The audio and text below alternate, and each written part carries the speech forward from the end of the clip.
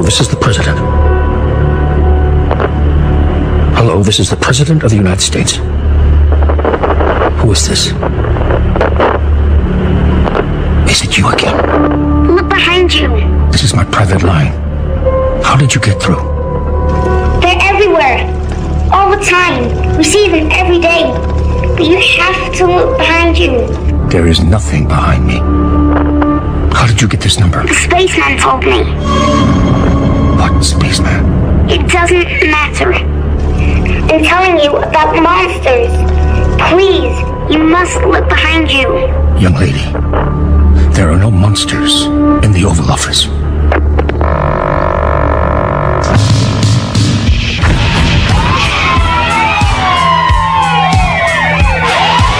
The loudspeaker spoke up and said, Wait, Jimmy. the loudspeaker spoke up and said, Wait, Jimmy. the loudspeaker spoke up and said, Jimmy.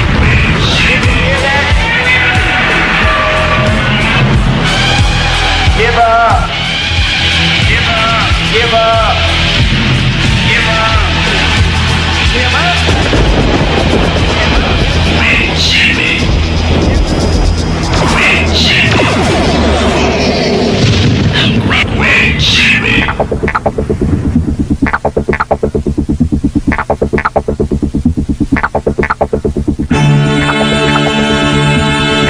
I'm Clyde Lewis, and this is Ground Zero.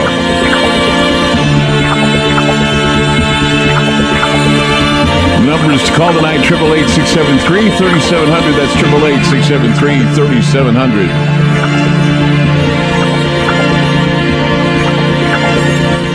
Heard on nearly 300 stations across the country. We also have a lot of radio stations that do the service of providing a stream on the internet and TalkStream Live. If any station out there has a stream that plays the full 3 hours of this program, we certainly have a list for you at TalkStreamLive.com. Go to TalkStreamLive.com and just click on the Clyde Lewis icon, and then you'll be able to see all those stations so you can get the full show in its entirety.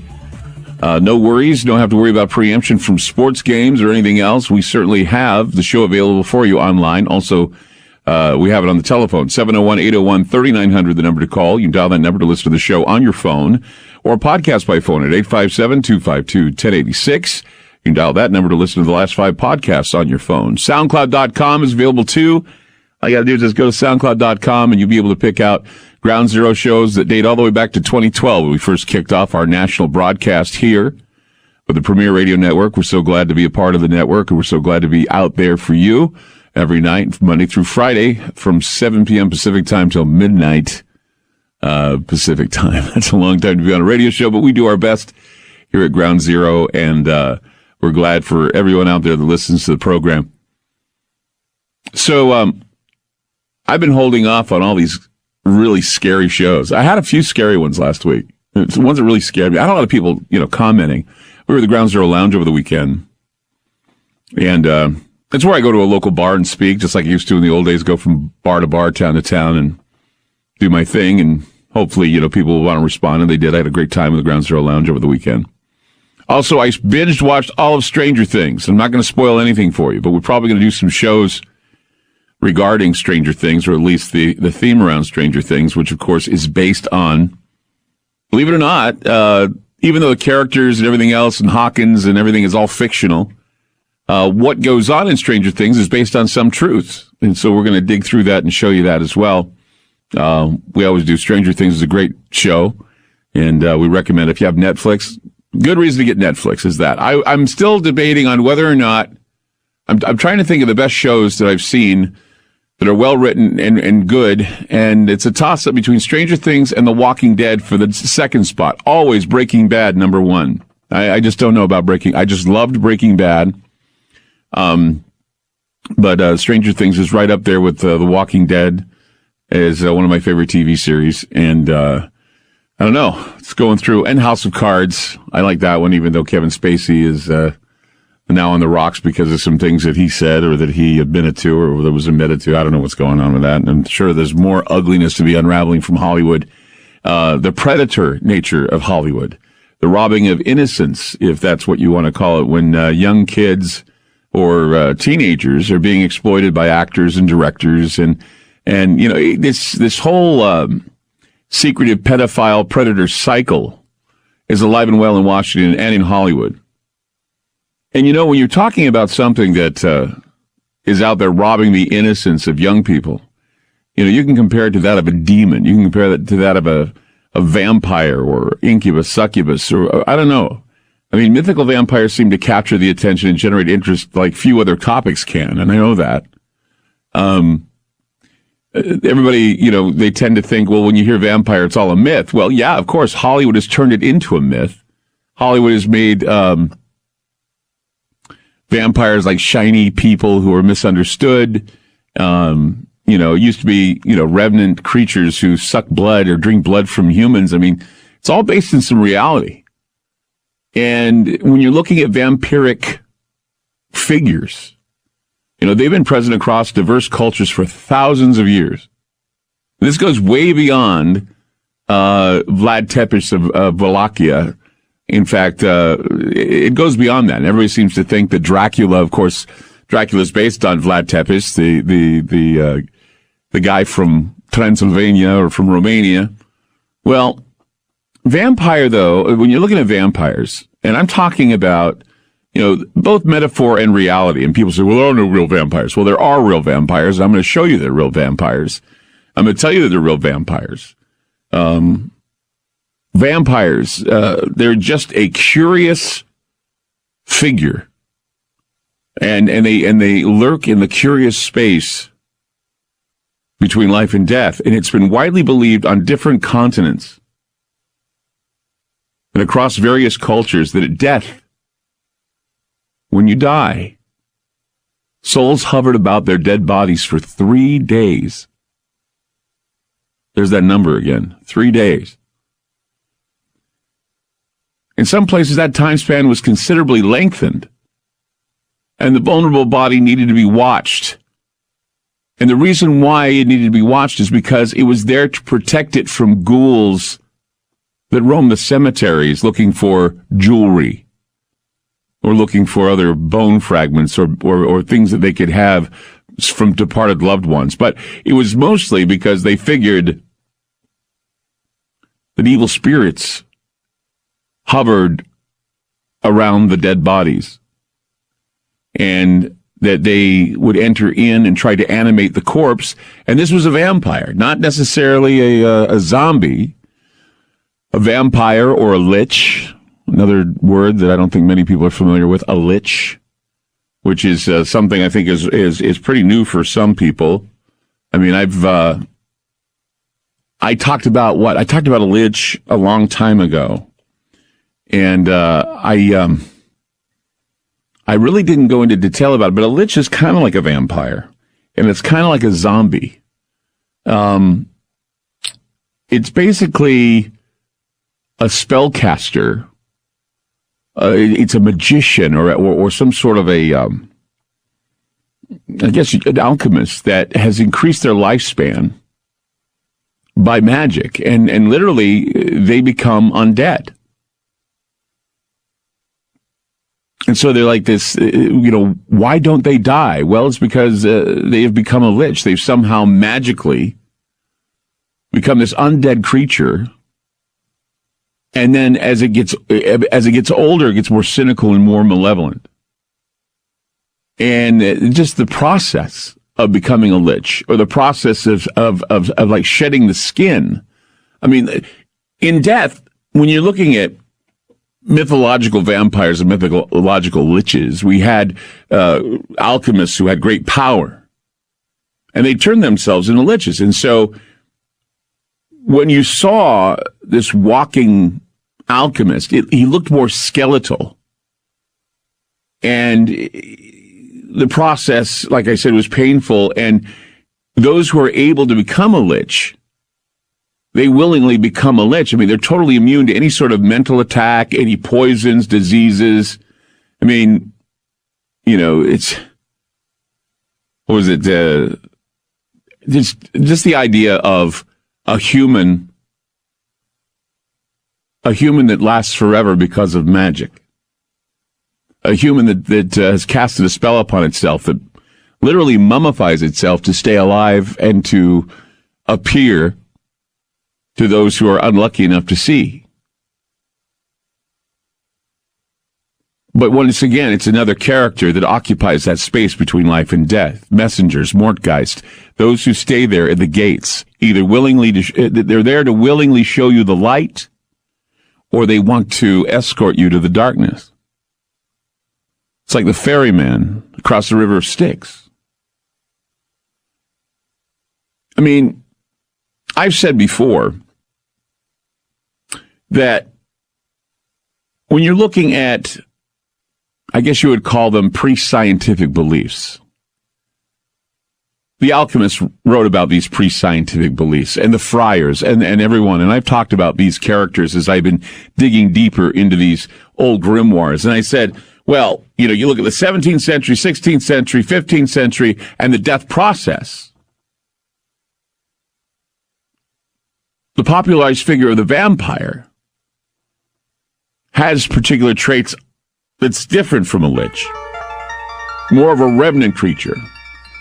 And there are now a generated idea of highly desirable traits of a vampire, which is bizarre. I mean, Twilight and Lestat, highly desirable traits of a vampire, very good-looking, misunderstood creature. But then again, we have the repulsive revenant, more repulsive of mere humans, the blood drinker, the cannibal, the robber, the thief of innocence. And the spirit of the vampire is very real, as you have been watching the mainstream lately, hearing about people like Harvey Weinstein and Bill Cosby and others who are not necessarily bloodsuckers, but they certainly are taking away the innocence, or at least the souls, in some attack that makes them a predatory creature, much like vampire. 888-673-3700. That's 888-673-3700. I'm Clyde Lewis. You're listening to Ground Zero, and we'll be back. I'm Clyde Lewis.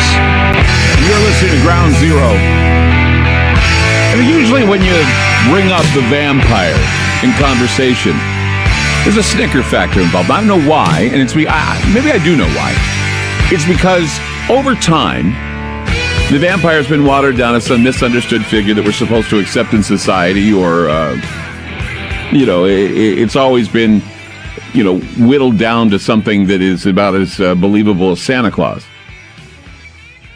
But there is a curiosity, and there have been books, serious books written on the subject that are not modern. Okay, this is not some modern thing.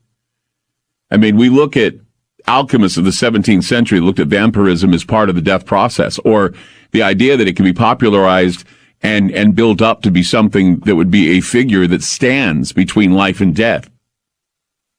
I mean, vampire mythologies have been generated to water down reality of the subculture that lurks in places of power. Even though vampires are weakened by the light, they certainly have power when they hide in the darkness, and they hide in plain sight. We're arriving at what is called the dark time of the year. And vampires see this time as their time. We may be concerned with the Halloween season, but the times of transformation have a special name for vampires. Now, what I'm about to tell you, not very many people know, because people don't really take the time to look deep into occult matters. But when we're dealing with the very real nature of the darkness, the very real nature of evil, the personification of that which could be a shapeshifter, and the idea of a multiverse. You see, quantum mechanics tells us that there's a multiverse. What that multiverse does is it basically guarantees us that there are things out there that sometimes get caught in the net of the matrix. They enter in, and once they get in, there are people everywhere that experience some sort of encounter. Now, one holiday that is coming that vampires love, not Halloween, no. It's called Imkeperu. Imkheperu, Imkeperu. Now, I don't think many people understand what Imkeperu is, but Imkeperu is a very real holiday. It denotes the holy day for vampires. Now, it runs concurrent with the pagan festival of Samhain. Now, I've never understood how Samhain is Samhain, but it's pronounced Samhain, not Samhain, although many people know what Samhain is. If I were to say Samhain, everyone goes, oh, yeah, I know what Samhain is. It's something evil, Samhain. But it's actually called Samhain. There's Samhain. And then what it is that Imkeperu runs concurrent with Samhain, and then there is a rite of the Imsekemu. These are true the Imsekemu is the dark lord of vampires, Imsekemu. And then when they do this rite, it's a bleeding rite, and in a festival form, Imkeperu ushers in the dark side of the year. It's a time when the powers of the vampire wax greatly and their senses of who they are heighten significantly. Now, isn't it interesting how, for the longest time, and I don't know, I've heard rumors that this is going to change. Have you ever noticed how around this time of year, they want to make the day darker by turning the clocks back 1 hour? You notice that? It's like, it seems to get dark earlier when they throw the clocks back an hour, and it's almost as if, and it happens around the time of Halloween. Now, I always wondered why, and it's because of the farmers, Clyde. Yeah, I know. But see, we don't live really in a farmer's world anymore. And I don't know if daylight savings time or mountain time or standard time or, whatever they call it. They do different time zones, mountain, central, eastern, Pacific. And when they flip, and I think Arizona doesn't do it. I think they keep their time the same everywhere there in Arizona. But everywhere else, they send the clocks back an hour, which makes everything darker. And it's as if there's this secret conspiracy to throw the clocks back. And when I realized that Imkeperu was a holiday for vampires that runs congruent with Samhain, which runs congruent with setting the clocks back an hour, I'm beginning to wonder why, other than the farmer explanation, is why they do this. Oh, yeah, because they want to save power, or they want... I think they have all these ideas, but think about it. Why make the darkness darker unless there's a real scary reason for doing it, I think? Because, we don't need to set the clocks back. We don't need to set the clocks ahead. We don't need to lose an hour. We don't need to gain an hour. We just need to keep the time the same. But see, no, we want to make it darker earlier in the night, in the day, in the evening. And it doesn't make sense. It doesn't make sense to have the sun go down at 4:30 at night or 4:30 in the afternoon, but it does. At 5 o'clock, everything's dark. Rush hour at night, it's dark. It's all dark. Now, why? Does it have anything to do with pagan congruency? Does it have anything to do with the pagan festivals of Samhain and Imkeperu, where the rite of Imsekemu is performed when the hour is darker? Ushering the dark side of the year, a time when the powers of the vampire the powers of the vampire are increased, and the heightened awareness is increased. The veil is thinnest at that time. 888-673-3700. That's 888-673-3700. I'm Clyde Lewis. You're listening to Ground Zero, and we'll be back.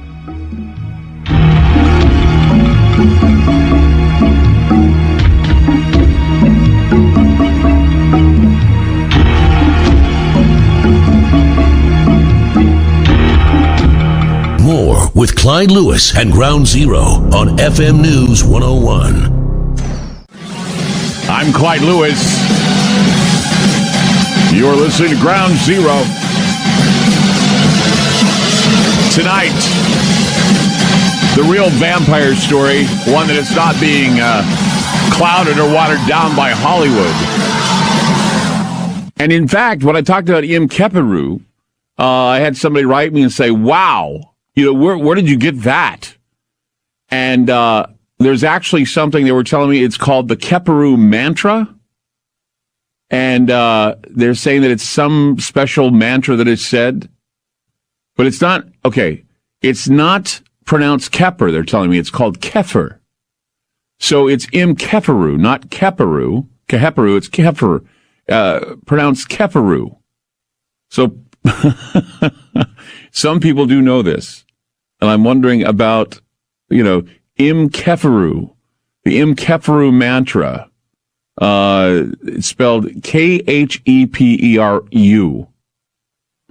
Wow, I get educated by people out there that know better. It's Kefer, Keferu. It's fascinating. I'm still trying to find out more about this, but once again, and matter of fact, for those of you that are asking, I did post, and I may have to post it again, the link to all of these books they're ebooks, okay? So they're free to everybody. It's like a library online of all these occult books. And I've stumbled upon these old books that talk about real vampires. Okay, this isn't like some mythology. This is where priests and friars and alchemists were talking about werewolves and vampires, the personality of the vampire, the Imkeferu. Amazing. Imkeferu. That it's a holy day for vampires. It's concurrent with what goes on with Samhain, or what most people mispronounce as Samhain. And then there's Imsekimyu, which is a lord of the darkness. Imsekimyu is the lord of the darkness. So as a festival, Imkeferu ushers in the dark side of the year. And that's where the powers of the vampire arrive. It can also be seen as the day of double power. Now, it's a day where the vampire is poised on the threshold of many things. The energies of these holy days thin the veil between the living and the dead. Now, in the ancient writings of the alchemists, there's this very important connection between the vampire and the Nephilim. Now, for those of you that know anything about the Nephilim, if you believe the word of the Bible, and this is the thing that's interesting, is that people who like to say that vampires are myths, you need to check out your Bibles here, because there's something I found in the writings of the Vampire Codex that I read, and it just blew me away about vampires. First of all, there is a very important connection between the vampire and the Nephilim. If you believe the word of the Bible and the history of the Old Testament, there's small mention in the 6th chapter of Genesis of these gigantic titans called the Nephilim. And what the Nephilim were is they had fallen from the grace of God, and they are the key to tracking the history of the rise of the vampires. Now, these are the giant vampires. These are the men that made the other men of Canaan look like locusts, made them look smaller, like bugs, because these were giant vampiric creatures that would eat children and eat women.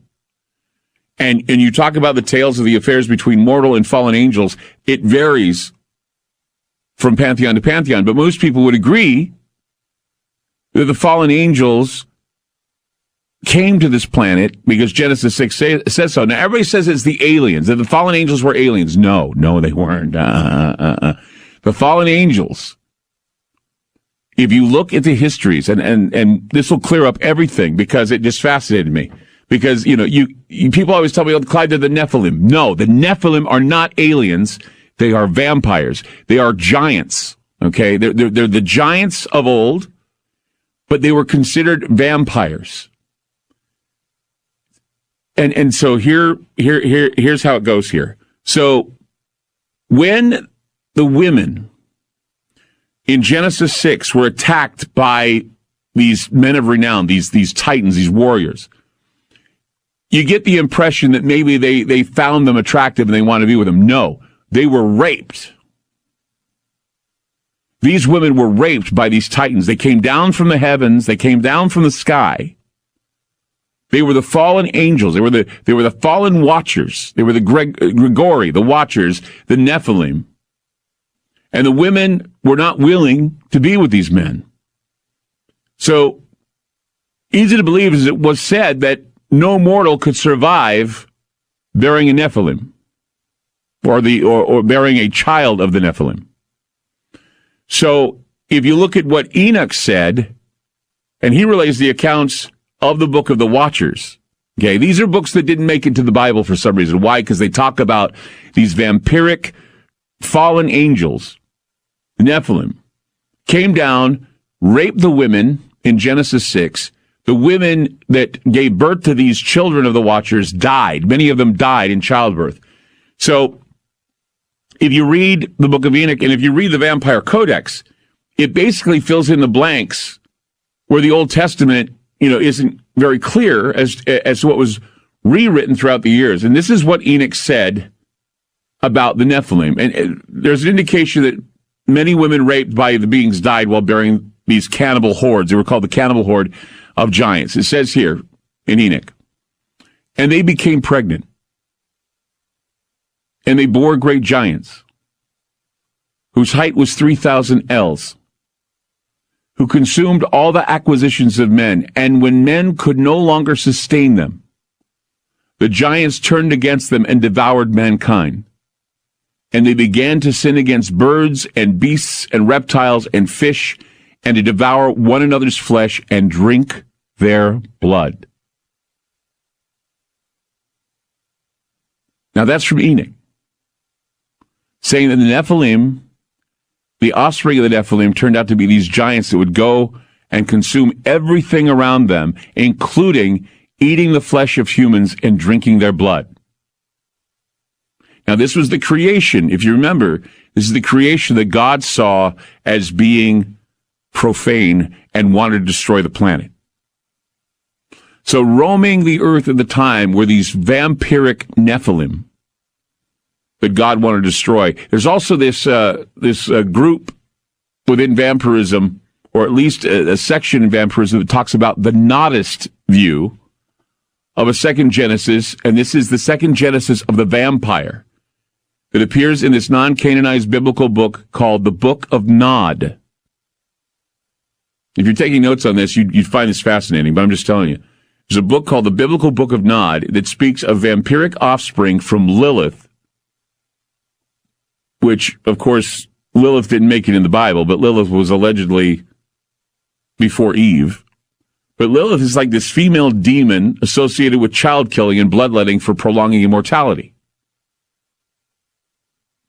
In the Book of Nod, it is insinuated that the first vampire was born of Lilith and Cain, and this is not a big jump from the information found in the Book of Enoch.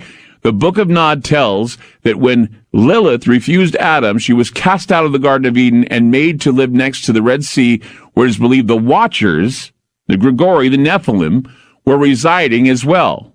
And this is what the Book of Nod says about the relationship between Lilith and one of the Nephilim, the vampire. For beyond the land of Eden lay the land of Nod, where Cain ran to. He saw lands to be tilled and animals to be tamed, yet he would not do God's work. Cain cursed his existence and refused to give glory to God. He wandered alone along into the night. Then upon him came a woman, garments dark as night, woven from the shadows, skin as pale as the moon, with a chill as cold as winter's grasp, eyes and lips glowing as embers in the night. Cain questioned who this woman was. She responded as, I am Lilith, second created from God. First banished Lilith of unnatural power with the belief of a survival of the fittest. Lilith taunted Cain, showing him her dark power, but not teaching it to him. So he took her blood, devoured her powers. Believing he became stronger with the belief of survival of the fittest, he took it upon himself to taunt Lilith and the children of Seth, the belief of conquering the brood of Seth, and if these shall worship me, they are free to do so. And so came temptation. And the temptation was the drinking of blood and the eating of flesh. So came the temptation of being a monster, a vampire, an inheritor of the Nephilim. Nephilim are not aliens. No, they're far from it. The Nephilim are vampires. The Nephilim are giants. The Nephilim are giant vampires. The Nephilim that existed at the time were seen as profane revenant beings and were destined for destruction by God. And so you have this same legend going from time to time to time to time to time, even after the flood, the fear of the Nephilim or the inheritors of the Nephilim. The inheritors of the Nephilim were the vampires, and they went into hiding. And many believe that the Nephilim were also part of a conspiracy to continually thwart the bloodline of God, the bloodline of Christ, the divine bloodline of human beings, and to create some sort of obstruction or some sort of, I guess you'd call it a destabilization of the DNA, making it more and more and more barbaric, more and more devilish, demonic, vampiric. You see the trend here? You see this is what the battle of good and evil is, right? This is the battle of how we battle ourselves from being upright, upstanding children of God into becoming the dark and perverse, drinking blood and eating flesh. And so vampire mythologies are based on biblical tales as well. 888-673-3700. That's 888-673-3700. I'm Clyde Lewis. You're listening to Ground Zero, and we'll be back. Studies of the old ancient writings, I'm learning a lot about the Nephilim. And I didn't know that I would, and that's what it's starting a whole new interest in the Nephilim, because most people will tell me, well, the Nephilim are the falling angels and they're the aliens, so I don't, But the Nephilim, in theory, we're looking at Nephilim were the creators of the first vampires. And this is something, they're the inheritors. The fact that Nephilim exist in the Bible, I think, is very important to point out. So we're looking at the offspring of the Grigori. We're looking at the offspring of the Watchers. 200 angels, according to the Bible. 200 angels that were cast out of heaven by God. These angels became arrogant and desired to be equal to God, whilst also they plotted to go down upon the earth and take the daughters of man to mate with them, as they had captured a great lust for human flesh. And God made himself clear that no angel would come down and lie with the daughters of mankind. Now, Genesis 6 doesn't give you much, only that the Nephilim came down and the women were desirous of having sex with these angels. But if you look at the book of Enoch and you look at the other books that were taken out of the Bible, no, this was rape, this was attack, and most of the women that gave birth to the offspring of the Nephilim died in childbirth, and they gave birth to these giants. And so it's a tale of the mortal and the fallen. And so if you read as what it says in the book of Enoch, it says the following. It says, and they became pregnant, and they bare great giants whose height was 3,000 ells. Now, I don't know what 3,000 ells means, but it says its height was 3,000 ells, who consumed all the acquisitions of men. And when men could no longer sustain them, the giants turned against them and devoured mankind. And they began to sin against birds and beasts and reptiles and fish, to devour one another, to devour one another's flesh and drink their blood. So with this knowledge in mind, I think maybe we should reconsider what the Nephilim are. What the Nephilim are and what they might be. Let's go to Ray quickly in Michigan. Hi, Ray. You're on Ground Zero. Oh. Go ahead. You're on the air. Go ahead. Yes, Clyde. Great topic. I've actually done a lot of reading on this myself, just in the Bible, and in the book of Jasher also has a great explanation of of the origins of the Nephilim. And the book of Jasher actually describes that the Nephilim are the offspring of the angel, the Watchers. They're also regarded as when they descended from heaven to Mount Hermon in northern Israel, and then those events where they interbred with women, wives that they chose, and the children, the offspring, were the Nephilim, the hybrid human-angel hybrid. And right. Now, do you know what else Mount Hermon has a significance for? No, but I find it very interesting that it's prevalent in the Bible as well. There, Genesis 6, and in the book of Jasher. Right.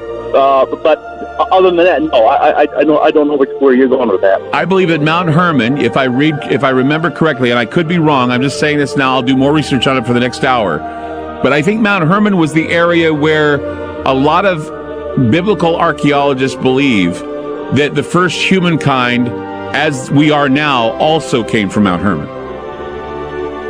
I can't speak to that. Okay. Well, I'll look into it because that mount seems familiar. It's a high mountain where they say that the first humans, as they are formed now, came into being because the humans before were different than the humans we are now, and also the giants roamed the land, and they also ate up a lot of the human beings in the area, and they drank their blood. It's an amazing thing that we discover this. If we look closely at what the old scriptures are saying, what the sages have said, the Nephilim are vampires. We'll be back. Spinning complacently in the darkness, covered and blinded by a blanket of little lives, false security has lulled the madness of this world into a slumber. Wake up, an eye is upon you, staring straight down and keenly through, seeing all that you are and everything that you can never be. Yes, an eye is upon you, an eye ready to blink. So face forward, with arms wide open and mind reeling. Your future has arrived. Are you ready to go?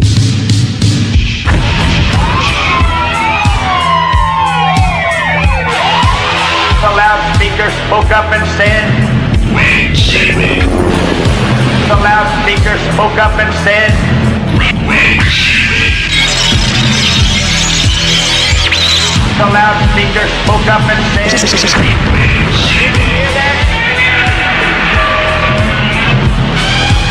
give up, give up, give up, give up, give up. Wait, Jimmy. Wait, Jimmy. Wait, Jimmy.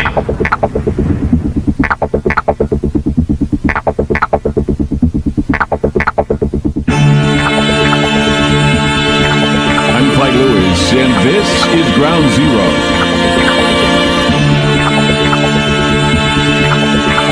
The numbers to call tonight, 888-673-3700. That's 888-673-3700. In my studies of all things scary for Halloween, I stumbled upon something that I wanted to talk about tonight because I think it's very important that we discuss this, because for the longest time I always had my suspicions about vampires in the Bible and whether or not they exist. And I have said, just, off the cuff, I've said, yeah, well, of course there's got to be vampires in the Bible because, the idea of the eating of the flesh and drinking of the blood is a ritual that, when performed in a sacred sense, it is the sacrament. But there has to be a profane opposite of it, and it's a vampiric type of ritual that is the imkeper, the ritual that happens concurrently with that of Samhain. Now, I had talked about in the last hour the book of Enoch, the book of Genesis, and all that. Genesis 6 talking about the Nephilim, and I found that the Nephilim are the inheritors of the vampires, or the vampires are the inheritors of the Nephilim. In fact, in the book of Proverbs, it says there is a generation whose teeth are as swords, and their jaw teeth as knives to devour the poor from off the earth, and the needy from among men. And they have hair as the hair of women, and their teeth are as like the teeth of lions. They sacrificed unto devils, not to God, to gods whom they knew not, to new gods that came newly up, whom your fathers feared not. So yes, they're not coming right out and calling them vampires, but they're saying that we wrestle not against flesh and blood, but against principalities, against powers, against the rulers of the darkness of this world, against spiritual wickedness in high places. I mean, if there's any indication of what we're up against, it is up against the real vampire, not the mythological vampire, not the shiny vampire from Twilight, but a real vampire that robs the innocence from those who are innocent, who takes pleasure in the pain of others. Now, there are vampire subcultures that don't see themselves as bad at all. They're just trying to fit in, but that's not the vampire I'm talking about. No. When you look at the ancient writings of the alchemists, when you see that there was a very important connection between the vampire and the Nephilim, and they mention the Nephilim by name in these writings, in the Vampire Codex and elsewhere, if you believe the word of the Bible and the history of the Old Testament, the small mention in the 6th chapter of Genesis of these giant titans that have fallen from grace are key to tracking the history of the rise of the vampires. Nephilim are not aliens. They're vampires. They're the fallen angels, the inheritors of the vampire legend, the idea of them that drink the blood.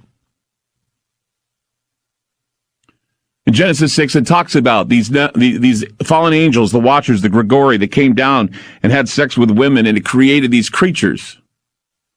And from the book of Enoch, we read this. It says, and they became pregnant, and they bare great giants, whose height was 3,000 ells, who consumed all the acquisitions of men, and when men could no longer sustain them, the giants turned against them and devoured mankind, and they began to sin against birds and beasts and reptiles and fish, and to devour one another's flesh and drink their blood. Then, of course, there's the book of Nun that talks about Lilith and Cain, and actually the children of Seth, and how all of them believed, there was a belief in the conquering of the brood of Seth, because they wanted to consume human blood. And so came the temptation to consume human flesh. Then come the temptation to rob the meek of their innocence. Some of the earliest beliefs surrounding vampires came on the heels of the conversion of the Slavic people to Christianity, sometimes between the 7th and 8th and 9th centuries. Now, before Christianity, Slavs predominantly cremated their dead in the belief that a person's soul would only be released with the burning of their body. Now, when missionaries converted them, and then the new practice of burying the dead happened, it horrified a lot of people. So you look at the archaeological record, and it shows an explosion of burials in the 7th and 8th centuries in which a stone was placed on top of bodies to keep them deep down in their graves, as well as other practices such as putting things in graves to appease their dead relatives. There was also the idea of running a stake not through the chest, but through the area below the stomach, pounding a stake in so that the body could not rise from the grave. So without the fire, without the ritual of fire to release the souls of the dead, a lot of the Slavs, after they converted to Christianity, saw the practice of burying the dead as impure. So thus we get this Slavic play on the Latin word vampire. We have vampire, which of course is derived from the Latin word impurus. Impure, unclean. The vampire is an unclean body, an unclean soul. Corpses in the 15th and 16th centuries were actually nailed to their coffins to keep them from rising from the grave. Now, a key part of modern vampire lore usually involves the bite that kills someone and brings them back. And they, of course, become an undead creature thirsty for the blood of the living. Well, in Slavic cultures, Almost all of the cases where vampirism was assumed to be at play became known in retrospect. People still alive were not usually identified as vampires. Usually it actually came across instead as a way to explain a lot of the bad things that happened to communities or other people. So whenever something bad went down, they blamed it on the vampire. They blamed it on the impure, an impure body in our midst, an impure body that stands between life and death itself. So when an area was affected by plague, whenever there were failed crops, whenever there was flooding or some other misfortune, villagers might look up and they'll say, well, it's the dead that did this. It's the recently dead that created this. Too many dead, and too many of these dead standing between death and life and death. So if there was a plague, the blame was usually put on the first person to die from a disease.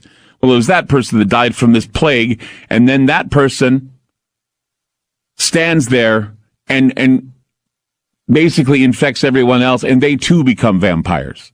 They too become the revenant beings that stand between life and death. They are the ones that occupy that seat. They are the ones that came down from the virus that was spread during the times of the Nephilim and the giants of old and the men of renown who came down from heaven and had sex with the daughters of men. They spread the virus, the blood virus that is there to kill you. So vampires were pariahs. Vampires spread their disease. Vampires would always show up in times of plague. Now, it's funny that many of you don't know that the same is happening today. And unfortunately, the age of the plague has returned. And we should be aware of what it represents and how the vampires feed in times of plague. Now, I don't know if you know this, but some 13,000 cases of the pneumonic plague,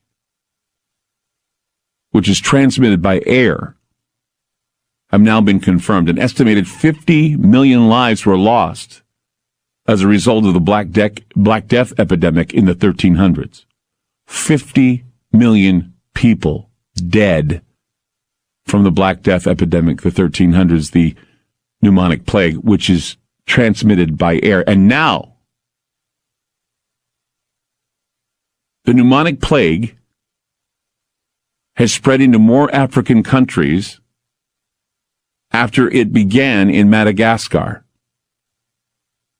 Countries affected include South Africa, Mozambique, Tanzania, Kenya, Ethiopia, and it's spreading rapidly to all parts of Africa. In East Africa, there is a phenomenon known as the blood, it's actually being called blood thievery. Blood thievery has been plaguing areas of Malawi. Vigilante mobs in Malawi have killed at least 5 people in connection with vampire attacks.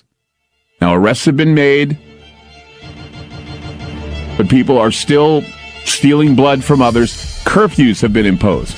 Yet the current response by the government of Malawi is unlikely to find a lasting solution to the problem of vampirism in East Africa.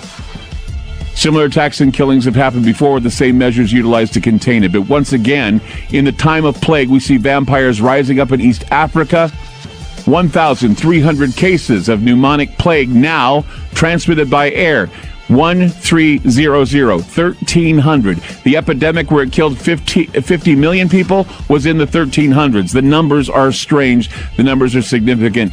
And the rise of the vampires in East Africa are something to be thinking about tonight. 888-673-3700. That's 888-673-3700. I'm Clyde Lewis. You're listening to Ground Zero, and we'll be back.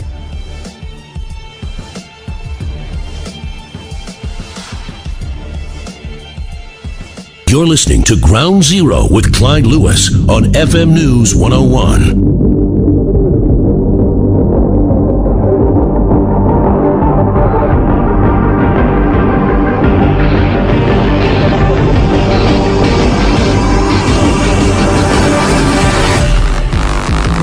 Clyde Lewis, you're listening to Ground Zero.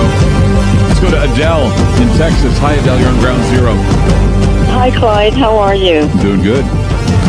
I'm so glad you're talking about this topic because I had something awful that happened to me in 2013. What happened to you? I woke up and I was feeling great. Nothing unusual, but by the end of the day, I was dying. And this was May the 31st, 2013 at 7:30 at night. And I called my son and I said, Chris, you have to come get me. I'm dying. And my son thought I was joking. And I said, Chris, come get me. I'm in trouble. So he calls 911 for the ambulance to come and get me. And I couldn't, I was going to go in and take a bath. And a little voice told me, no, don't take a bath because you're going to drown, because I was fainting and fainting and fainting. Well, when I got to the hospital, the doctors told me, you don't have any blood. And you know how they bring the paper to you even though you're on your deathbed, sign it. So I did, I signed it, and I said, what's going on? And he said, your vitals, you're dying. And he said, we have to give you blood, you're on empty. So I have to believe what you're saying because I started studying it myself. When you read Revelations 12:9, God is talking about the fallen angels, how he threw them to the earth. Yeah. And Matthew, when you read Matthew, if you put Matthew, New Testament Matthew keys, Satan has the keys to this land, to this earth. I have to believe everything you're saying tonight. Where do you think you lost the blood? Did you have any sign of blood loss? Where did the blood where did you lose it? No signs, no nothing. You just lost blood. When I woke up, I woke up with like a week later, long, ugly fingernails on me. I woke up with a waffle mark on my left hand. I'm left-handed. But it would have been where something was inserted to me, and I had the same waffle marks on my legs. They're just little tiny square waffle marks that are embedded into my skin, So somebody took your blood in the nighttime when you were sleeping. Right. And see, and this is very scary what I'm going to say. 2 new families moved in across the street from me. And that day when I went to go get my mail late in the evening, I passed out by the mailbox. The guy ran and got me, picked me up, And I have to believe what you're saying. I started studying it. When you read the book of Jasher, let's go back. When you read King David killed Goliath and cut his head off and buried the head and the body separate. Mm-hmm. Okay? Judas, in the book of Judith, in the Apocrypha, Judas killed Holofernes, the top general to Nebuchadnezzar, and cut the head off, took the head with her, mm-hmm. and took the head with her, took it to Jerusalem, I think, and, mm-hmm. and inserted a stick and put the head on top of the stick. Do you know where they buried the head of Goliath? I think it was, Mount Hermon? Golgotha. Right, I think they buried at Golgotha, and so when they crucified... Wait a minute. Now, I want to tell you, I'm going to finish in the book of Jasher. Okay, quick. Esau killed Nimrod and cut his head off. Right. So to me, when I read all of this, the antidote for what's coming, we're going to have to learn to cut the heads off giants. Of vampires. I mean, listen, right. The thing is that when Jesus died on the cross, and they said that it would bruise, the serpent's head, that Jesus would be the one to basically stomp on the serpent's head. The head of Goliath was in Golgotha, the skull. They actually had the head of Goliath in the same area where Christ's cross was, and he bled on that area on top of the blood of the the blood trickled through to the head of Goliath, the serpent's head. The spirit of Goliath. Right. The spirit of Goliath lives among us. Yes. So the vampire The vampire legend isn't a legend. There are vampires, and they prey on the weak, and they prey on the innocent. And we're hearing about them now. We're hearing about them being sexual predators, but they're far deeper. I mean, I'm not talking about the subculture. I'm not talking about people who, drink blood because they feel a need, or I'm not talking about that. What I'm talking about are the very sinister, perverse, shape-shifting vampires that were talked about in the ancient writings of the Bible. I had a bad experience. I don't sleep night, Clyde. I stay awake all night because I work nights all my life. And I'm a senior citizen now, but I read. I read all the time. Right now I'm reading about the stones that were embedded in the breastplates of the holy priests, Mm-hmm. But one thing is leading me into another and another and another thing. But anyway, I noticed a shapeshifter, Mm-hmm. I won't tell you where, but near me, and I said, oh my God. And all I could think of was, is this how I lost my blood, Well. But can I mention a YouTuber that I ran into his videos. What's his name? By accident. What's his name? He's talking about vampires. He's showing you. What's his name? Is Rich Blackman. Rich Blackman. I'll look into Rich. No, you have to spell it RICHBLAKMAN. Okay, I'll look into Rich Blackman. I'm out of time. Thank you for your story, Adele. Take care and watch your back. Thank you. What a gripping story that was. Horrifying. 888-673-3700. That's 888-673-3700. I told you, vampires are real. I'm Clyde Lewis.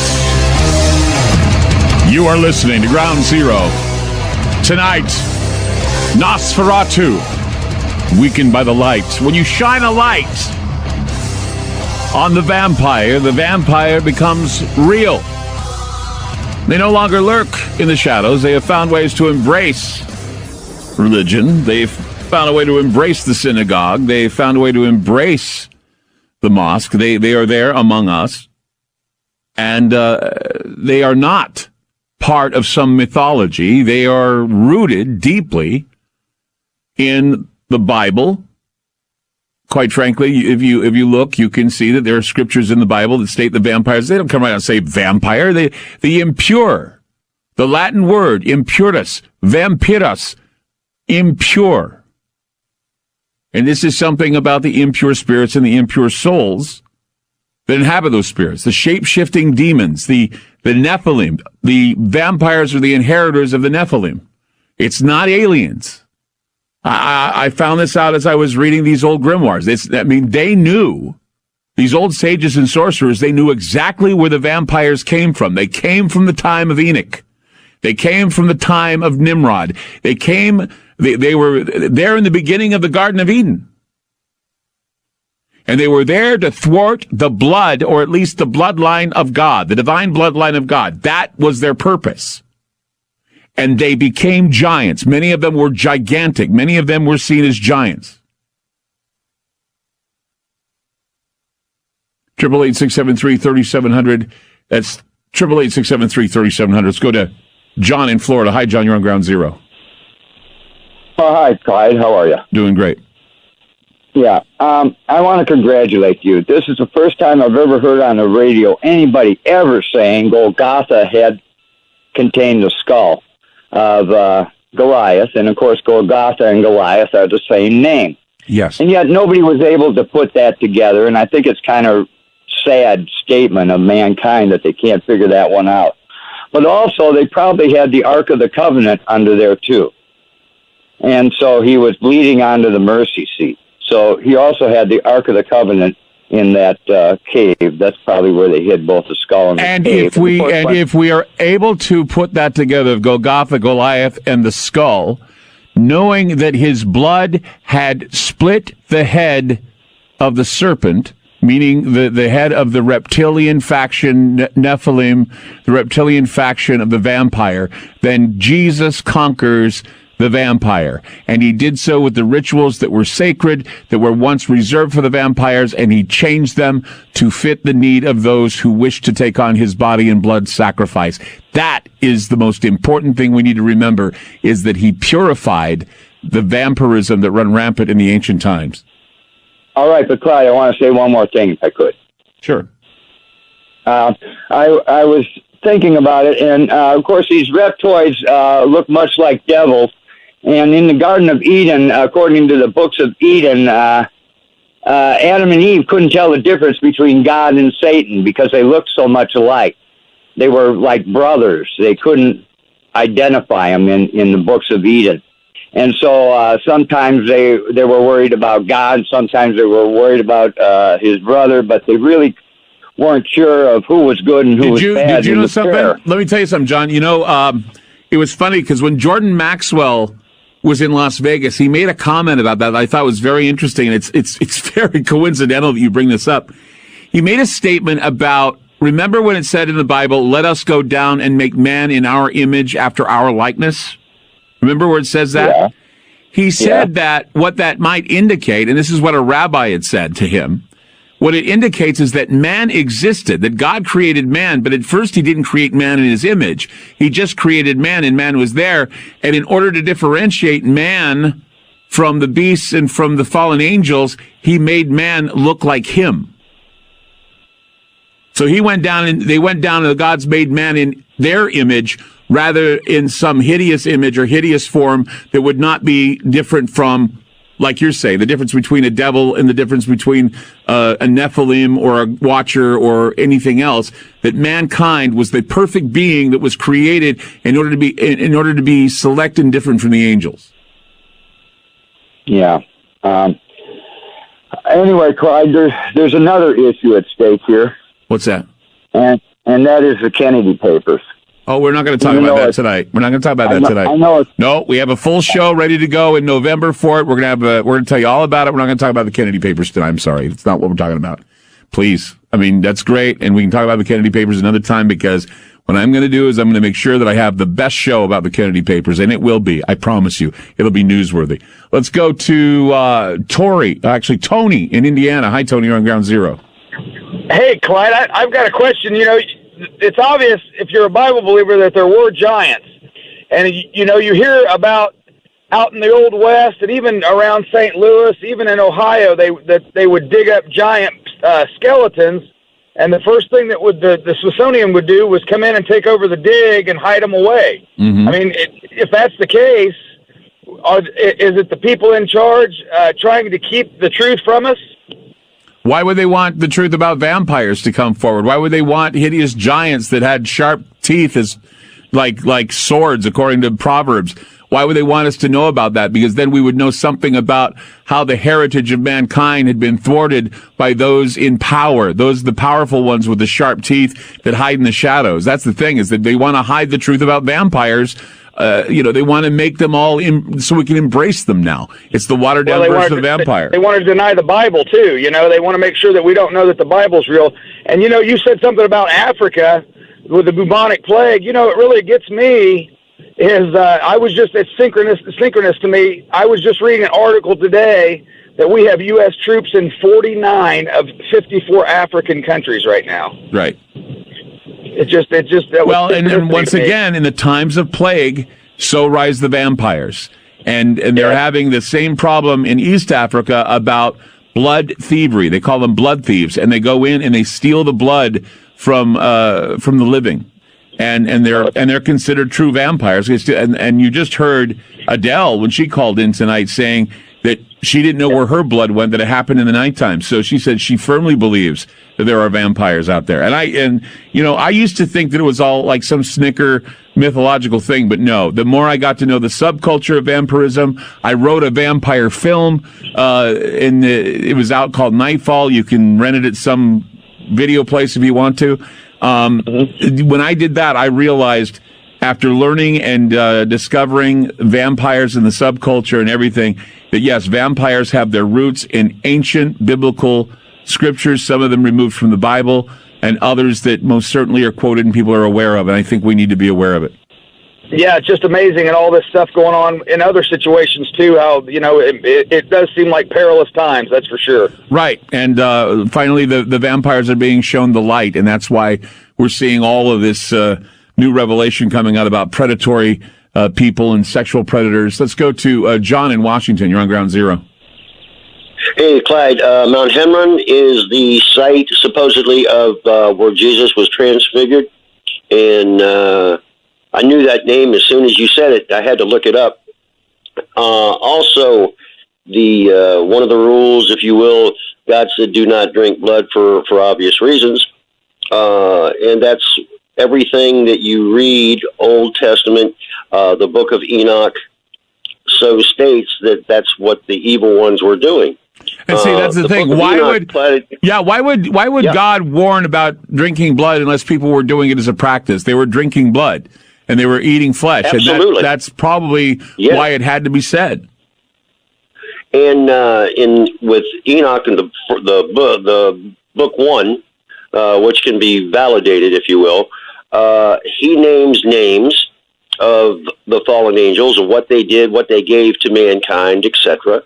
And that book was pulled out of the Bible around 1630, what I have read, when they basically did the revamp and publishing of it. It was a push with the Puritans, wanted it out, whatever. But hey, if he's the prince of this world and he doesn't want people to know, he puts in undue pressure, gets that book of Enoch tossed out. I mean, there's got to be something to it, Clyde, when you have apostles quoting it. Yep. You know? And I don't understand why Christians don't accept that. They don't see that, and they don't understand that while they tell you the Bible is the most complete book on the planet, then why are the apostles quoting books that don't exist in the Bible?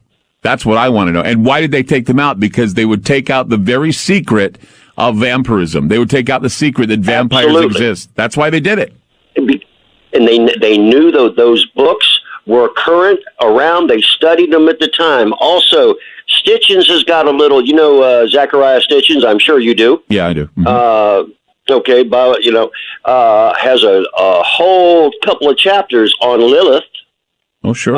And her exploits. So, and wherever Marduk shows up, there is cannibalism and human sacrifice. That's exactly right. The horned god of Moloch. Yes. You would take the baby to Carthage and you would drop it in the arms of Moloch. Yep, you're right. Absolutely, and let's face it, that's what they were doing. That's right. And anyone says no, you got to be blind, because even the Lord said, as in the days of Noah, so they will be doing in the end times. And now the vampires are coming to light, aren't they? And we got plagues, and we've got stories of soldiers coming back from Afghanistan saying these guys were not 7 feet tall. These guys were huge. A lot bigger than we think. It's scary to think about it, but yeah. Thank you very much, John. Thank you for the call. Yeah, I mean, it's unbelievable how it's coming up now. It's unbelievable how it's rising to the surface. It's unbelievable that people, you're not going to get it in the mainstream. The mainstream media is not going to tell you about this. They're not going to tell you about real horrors. They're not going to tell you. They want to keep you glued with terrorism. They want to keep you glued with scandal. They want to but if you go back in the histories and you read the true histories of the world, there is a place, a foot marker right there in history about vampires and how they still exist and they hide among us. The true vampire. 888-673-3700. That's 888-673-3700. I'm Clyde Lewis. You're listening to Ground Zero, and we'll be back. Let's go to Brian in Illinois. Hi, Brian. You're on Ground Zero. Okay, Brian, hang up. Okay, let's go down to Bob in Montana. Hi, Bob. You're on Ground Zero. Hi, Clyde. Let me kill my radio. Dead. I've been listening to your show, and I keep thinking about my brother-in-law, or he used to be my brother-in-law when my wife was alive. As long as she was alive and I cared for her, I didn't worry about it, but she's passed. I told you about you saving my life winter for last. Anyway, he is absolute and truly evil person. I mean, right out of the gate. And I don't mean stupid. I mean evil. He's a meth cook to start with. He's a very good one. In the 90s, he impregnated his 12-year-old daughter, stepdaughter, forced her to stay at home without any prenatal care and bear the child. I went to the district attorney, turned state's evidence. I was a cop for a long time, and I couldn't stand what was going on. He got 7 years in Pelican Bay, which is a very special prison for child molesters, so that the other inmates don't kill him. And he swore to kill me for standing up in court and testifying against him. Now, this guy is, the last I've heard of him, he's about 5'7", 5'8", maybe 140, 150. Mm-hmm. Not a very big, impressive giant, but he is black evil. His teeth are shiny black. Nobody can explain it. But when he smiles at you, it's like looking at a Montagnard, who chew the betel nut. Mm-hmm. In Vietnam, that was very popular. But my wife's gone now, and he has sworn to come, and he's in California, and I'm in Montana. But he has sworn to come and kill me, and I wait for it. I wait for the opportunity. I've never waited with this kind of anticipation. I'm looking forward to it. Well, let's hope he doesn't harm you. It sounds like he's very evil. Let's hope he doesn't harm you. And at 60 years old, he shot his best friend through the stomach with a .357 to see what would happen. This guy sounds like he doesn't even deserve to be let out of jail. No. And for somehow, you talk about evil, demonic influence. When all was said and done with the child, he got custody of the infant boy, born with a club foot. Can you believe that? It's just terrifying to think that this happened that way. Yeah, the girl who was the mother she was beautiful beyond belief. She died from uterine cancer. She was a high-class prostitute, a call girl. And this guy he is nothing but smart. He's an incredible chemist. I'll give you one example of his brilliance. You hand him, you know what a Rubik's Cube is? Mm-hmm. You hand that man a Rubik's Cube, and in less than 60 seconds, you've got 6 colors staring at you. He can solve any Rubik's Cube, no matter how it's set up, in less than 60 seconds. The story is just, it's really hard to think about, really. It's hard to believe. Yeah, it's the perfect example of, like you say, evil. Good, yeah, pure evil. You're right, Bob. It's true. And once again, people say, when you say vampire, people think of a Hollywood version. Well, beyond the Hollywood version, it's watered down and homogenized. There is this story that you tell, and there's stories that other people tell, like Adele telling her story about, losing blood at night. Blood. Yeah, all her blood. I mean, where does that come from? How does that happen? No one knows. I believe it. I believe it too. Every word of it. And I'm a very practical person, Clyde. Well, Bob, thank you. I don't call you unless I know something that is absolutely true. And this is, I swear on my life and my salvation, this is the truth. Well, Bob, thank you for calling the program. I really appreciate it. Thanks. You're very welcome. I hope it adds to the giving people some awareness. This isn't a joke. No, it's not a joke at all. I agree. Coming up, we may have a conversation with a vampire. A woman named Erica. We'll be back.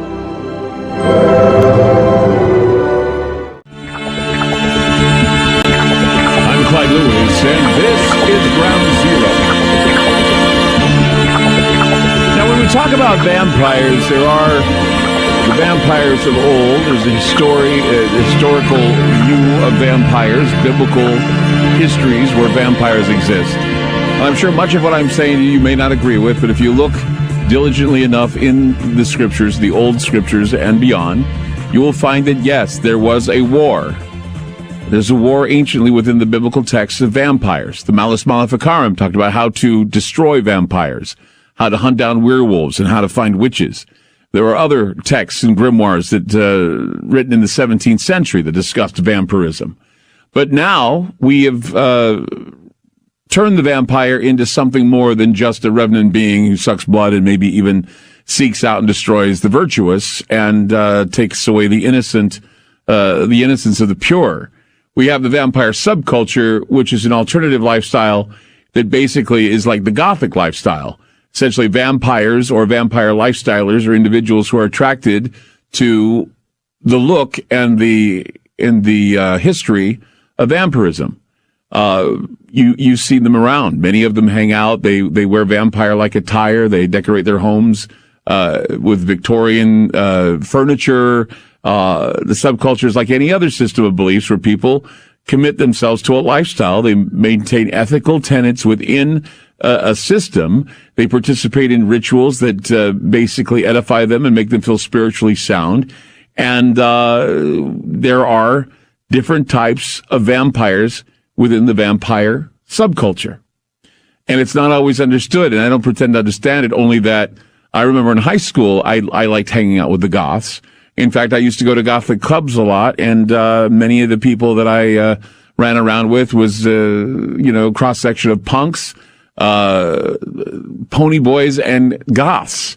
And, of course, I didn't know if I was a goth just because I listened to Alice Cooper, Kiss, and Bauhaus records. I don't think that was the case, but I liked kind of be part of that brooding lifestyle with clothes that were dark because there was nothing darker. But some of the different vampires that exist, there's psychic vampires. There are living vampires. They're very spiritual. They maintain a rigid ethical system. There's transcendental vampires. There's sanguinarians. Sanguinarians, though, are the ones that are most curious because they address themselves as real vampires because they believe that they have a physical and or spiritual need to drink human blood to maintain mental and physical health. Now, tonight, we were going to have Corvus Nocturnum on the program to talk about vampires. He, of course, is a well-known occultist and, of course, a Satanist, and he did not come on the program tonight because of the fact that he had an emergency where he had to go to the hospital. But we did manage to, and we have a relationship. We've met and talked with a woman named Erica, and we've talked with her before about coming on this program to talk about vampirism because she identifies herself as a vampire. Erica, are you with us? I am, yes. Hi. Hi. How are you? That's good. It's good to hear from you. Now, what kind of, do you consider yourself part of the vampire subculture? And if so, what part of the subculture do you identify with? Well, given your lead in, I have a lot of things to say about that, but I wouldn't actually. So you wouldn't identify yourself as part of the vampire subculture? No. No. Would you call yourself a vampire then without the subculture attached to it? I do. Okay. How so? How are you a vampire, and how did you realize in your life that you were a vampire, you are a vampire? How do you identify with that? Well, it started with dreams, and I think that it does with most of the others that I've known. Dreams or some sort of internal hint. I don't think it was always so much dreams as something similar to what Socrates called the daemon. Mm-hmm. And it's very much a guide. It's presumably the thing that tells you when to zig instead of zag. It's the thing that suggests you do certain things in your life that guide you in the right direction. Growing up in normal culture, when I heard things like this, when I had these dreams, I assumed I was being fantastical. But eventually, I came to know that that was not true, and I was fighting against a really strong tide. And everything kind of gelled at a certain point when, the symptoms and the suggestions became Fairly clear. So, what kind of dreams were you having? Well, that may sound cliche, but really bloody dreams. Okay. And one of the interesting things about vampires like myself is that we all seem to have these sorts of dreams when we don't drink blood. When we don't drink blood for a time, usually a while.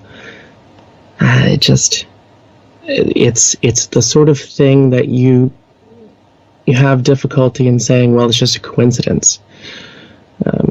But we all do it. So you do drink blood, right? Oh, yes. Oh, yes. Now, you have to drink, you don't drink a lot of blood because isn't blood an emetic? Doesn't it make you throw up? No, not me. So blood doesn't make you throw up. How much blood do you drink? Well, what would you consider a lot? Oh, I don't know. I mean, I would consider an 8-ounce glass of blood to be something that would be a little much. At least that. Really? Sure. And who provides that blood for you? Willing people.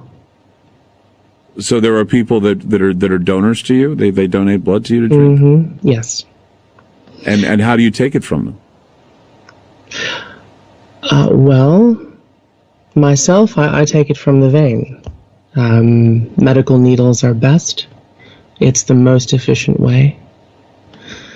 You'll hear a lot of things from others who say, well, I use a razor or I use a scalpel and I cut. You don't get much blood from that. And those who say they do that, they're generally just playing around. So you use needles, and then what? Are there people that volunteer their blood to you, or or are there those who wish to give and not receive? Or I mean, what is this? How does one come to you and say, "I'm willing to give you blood, Erica, because I know that you're hungering for blood"? Well, I think you asked a couple of questions there. So, as far as the needles go, it's no different than you might have a phlebotomist take your blood or when you're giving to the Red Cross. Are you a phlebotomist? By default, yes, I am, but not trained, not licensed, so. But you learn quickly. Or you go hungry. As far as how do I find donors, well, there's lots of different ways, but sometimes I just know someone who will give blood. It's almost instinctual. And don't you worry about them giving you a disease of some kind? I'm not talking about, I know it's cliche to ask about HIV and things like that, but there are plenty of other things like, there's like tuberculosis, there's hepatitis, there's all these other things we pass along. I mean, how do you judge a good blood donor? Another good question. And a lot of people will say, this is a mistake on my part, but I have found that instinct has worked just fine. Sometimes donors offer blood tests, and there have been situations in which I have not even worried about it. And so far, so good. Is there any ritualism involved with some of these blood draws? I mean, or are they just like matter of fact, hi, I'm here, take my blood, have a good day? Or is there, is this something that edifies you in a spiritual way? Well, I don't practice any sort of rituals when it comes to blood. It's food. Although I should point out that I don't think it's 100% physical. It's not like I could eat boudin sausage and get the same effect. In our experiments, we've not found dead blood to be useful. So dead blood's not useful, it has to come warm from the vein, correct? Well, there are some who say that stored blood can be utilized, but I have not found that to be useful at all. So there's more to it than just drinking the blood, correct? I believe so, yes. So not only are you drinking the blood, you're getting essence. Is that what you believe? Yeah, I do. I believe that much like the body has an aura, I think that the blood has an aura. And I think there's definitely some energy involved. Although earlier you mentioned energy vampires, I think this is a misnomer. I don't think that this should be a term connected with vampires. Okay. There's a lot of things in this world that draw energy from other people, ghosts, as you're well aware, I'm sure. Even people, regular people, draw energy from each other constantly. I think attaching the word vampire to it is a bit sensationalist. All right, Erica with us tonight on Ground Zero. We're going to take a break right now. Erica is with us. Erica is a vampire, and a very unique vampire, I must say, because I've interviewed plenty of those who say that they're vampires. Erica has a different view, a quite unique view about what kind of vampire she sees herself as. She says she drinks human blood, and she takes it via needle and drinks it herself, and there are people who donate it to her. 888-673-3700. That's 888-673-3700. More tonight on Ground Zero as we explore vampirism, modern and historical. We'll be back. This is Ground Zero on FM News 101.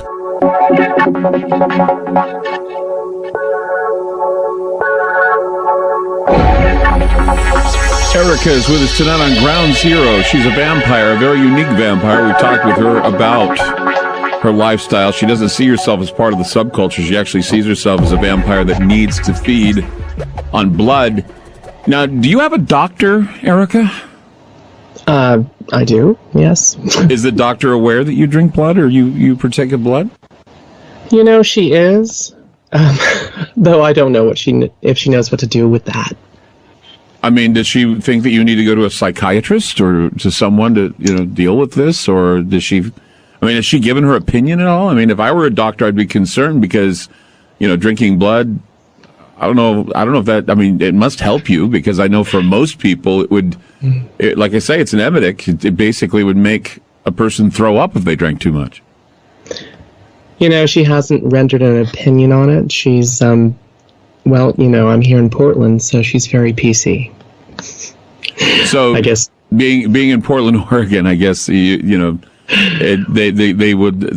accept it because it's like they're open to lifestyle. I suppose. I don't know what she believes. I've mentioned it and didn't go further than that. Really? She didn't say anything? No. Not concerned for your well-being at all? No.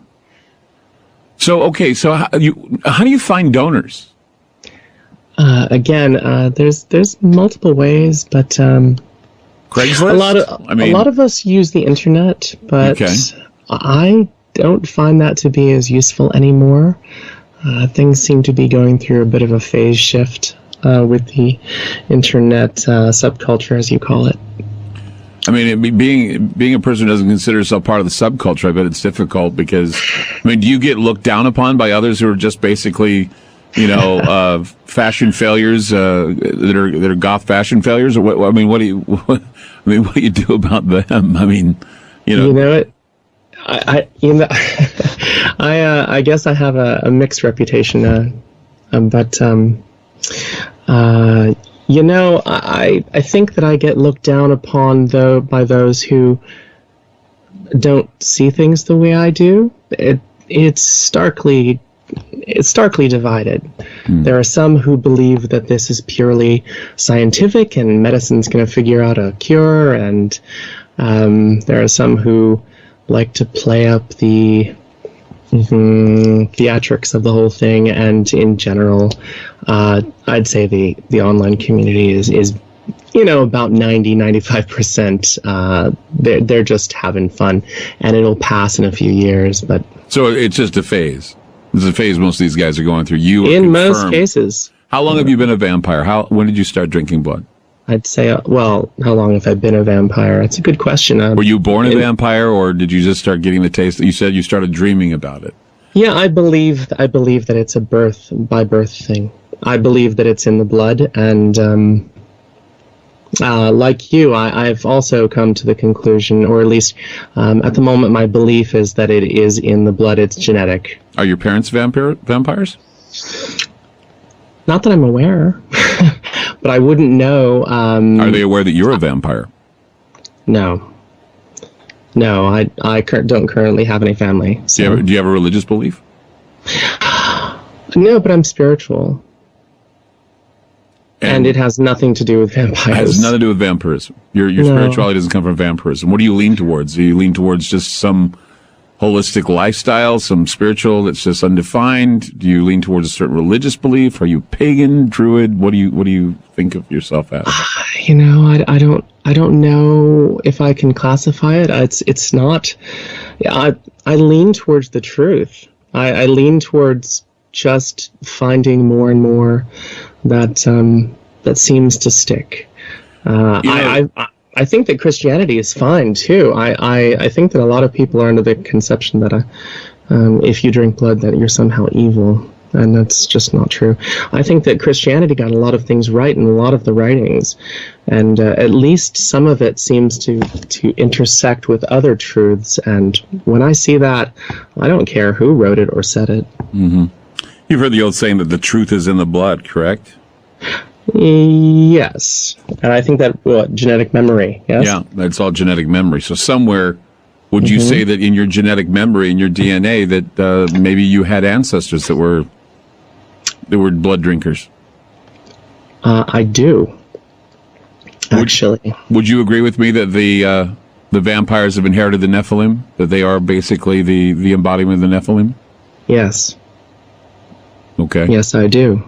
I think that there is a watering down of the genetics over time, of course, but I definitely had come to that previous to us talking and you mentioning it. It's been something I've been looking into for quite a while now. Wow. Okay, yeah. Well, we're going to take a break, Erica, and we'll be back with more and your phone calls tonight. 888-673-3700. That's 888-673-3700. I'm Clyde Lewis tonight. Erica, a unique vampire, of course, on the program tonight. She does drink blood. She said that, even if it's Christianity that has the truth, she seeks the truth. And a lot of stuff, it's just some interesting things tonight. 888-673-3700. If you have any questions, 888-673-3700. We'll be back.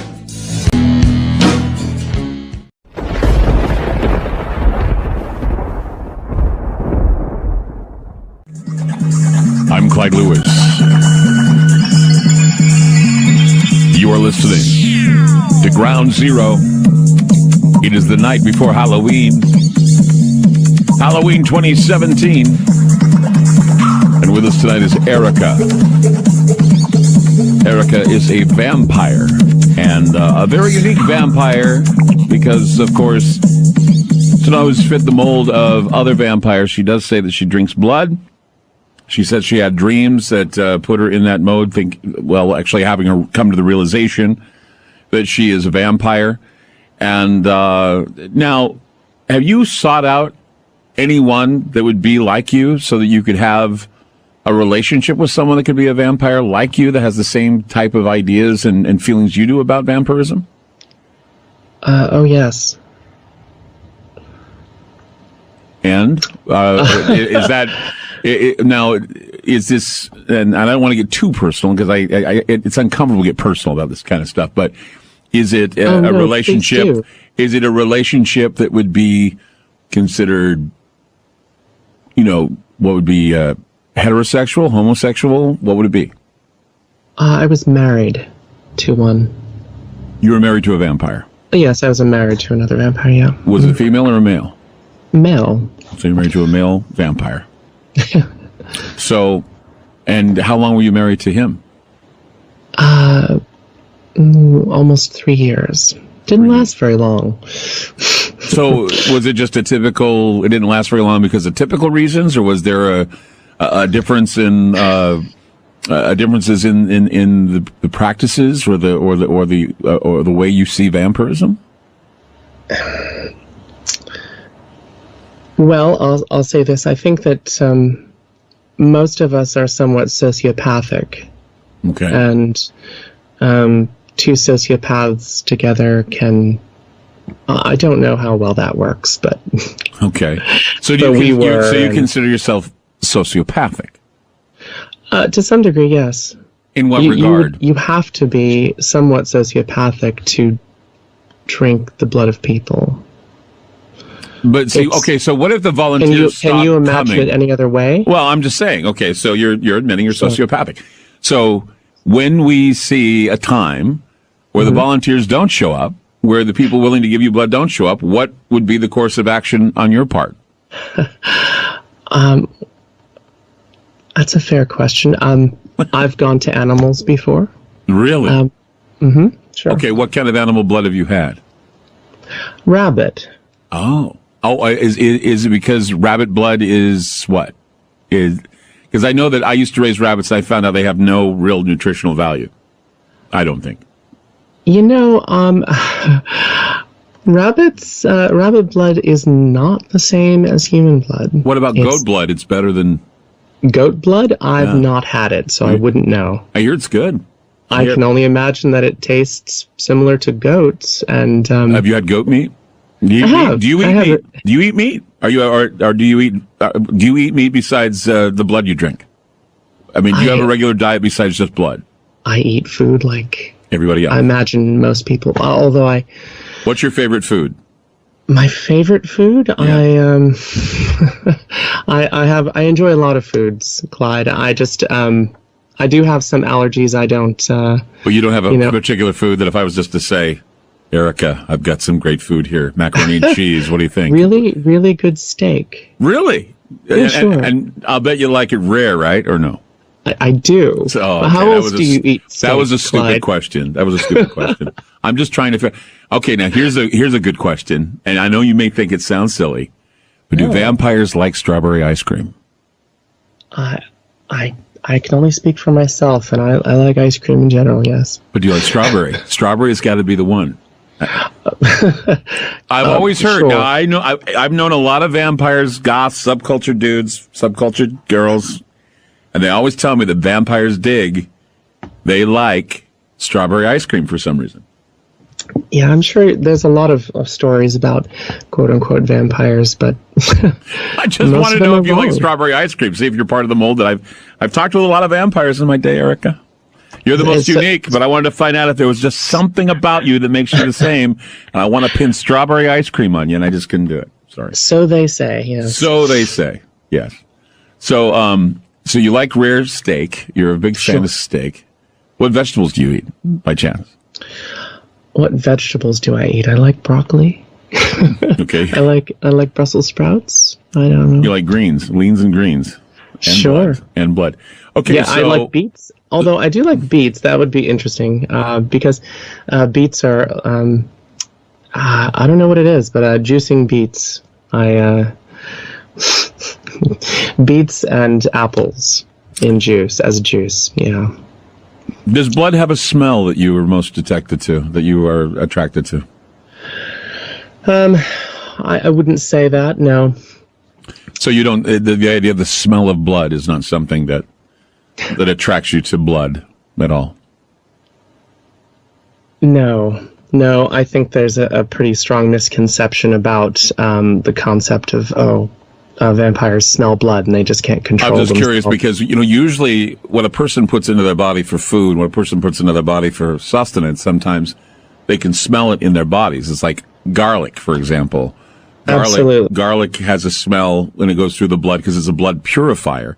Yes, that's right. And so that's why. So I was thinking if you take in a lot of blood, is there a smell that you have that you smell yourself and you have to cover up because of the fact that you're a blood drinker?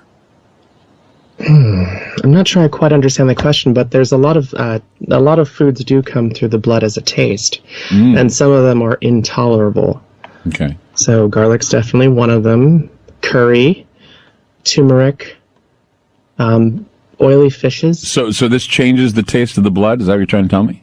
Yes, absolutely. So if you drink the blood of somebody who has turmeric in it, the blood is foul? Yes. Garlic, the blood is foul? Yes. Smokers. Foul blood. Oh, it tastes like an ashtray. So if I wanted you to like my blood, what kind of diet would I have to have for you to like my blood? Sweet things. Like? Fruit. Fruit? Fruit. And any sugar, really. Really? I suspect that vegetarians, well, I know for a fact vegetarians are delicious. And Really? you used to be a Wow, I could have had a V8. What? You used to be Mormon, weren't you? Yeah, I used to be Mormon. Yeah. Mormons are delicious. Oh my God, really? Why are they so delicious? Because the word of wisdom and the treating the body as a temple, no caffeine, no drugs, no smoking. Well, I blew it. They're delicious. My blood probably tastes like crap because I drink a lot of Starbucks. See right now, well, hear this? It's a bit like Pizza Clyde. Hear this? That is my Starbucks cup right there, and I'm drinking a flat white 4 Splenda heavy cream. That's my drink. It's sweet stuff, you know. Yeah, but it's not real sugar, so you're not going to have a lot of fun drinking my blood. That's for sure. Well, as I said, it's like pizza. You know, even bad pizza is good. I don't know. I've had some pretty bad. I used to say that too, but I've had some pretty bad pizzas in my life, so I don't know if I'd agree with that one. But anyway, let's see if we have anybody. Let's go to Alex in Texas. Hi, Alex. You're on Ground Zero. Yeah, I've heard that when people get organ transplants, they pick up habits and cravings from the donor. I've heard that too. Does that happen with blood as well?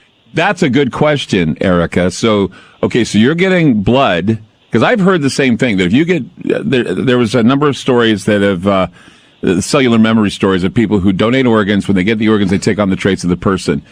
Do you find yourself with the blood coming from others that you may find yourself having cravings or something for other than the same person that gave you the blood would have cravings for, or at least would do? No, it usually works the other way around. What, they get something from you? Mm-hmm. Yeah, the donors tend to imprint a bit.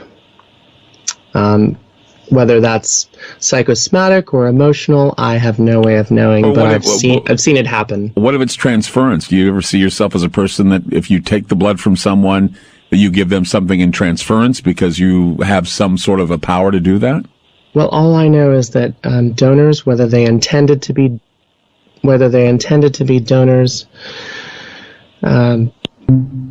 initially and came to me, or those who I find and sort of turn into donors, okay, wait a minute. So do you coerce people to donate? I mean, you're saying people who weren't going to be donors but became donors. Is this like some involuntary hypnosis that you throw on people, or what? Yes. Really? Yes. So you hypnotize people and coerce them into giving blood to you, like a real vampire would, like a real. I think coerce is probably a strong word, but convince maybe.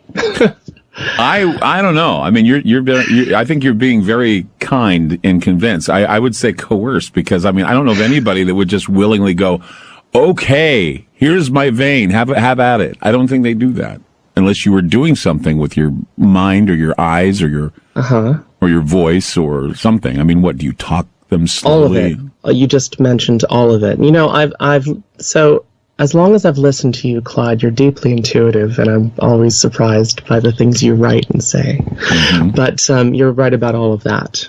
Yeah, it's definitely something to do with the eyes, but it's also the voice. And for the question that was asked before, every donor I've ever had, whether they intended to be a donor, that was their plan from the beginning, or somebody that who has never donated before, but I convinced them to do it, I've never had one that said, well, that was a bad experience, I don't want to do that again. Wow. They usually want that again. Wow.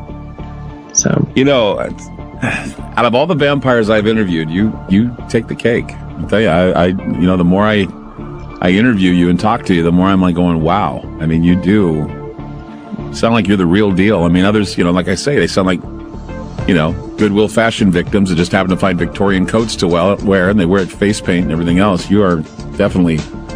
Okay, we're going to talk more with Erica coming up on Ground Zero.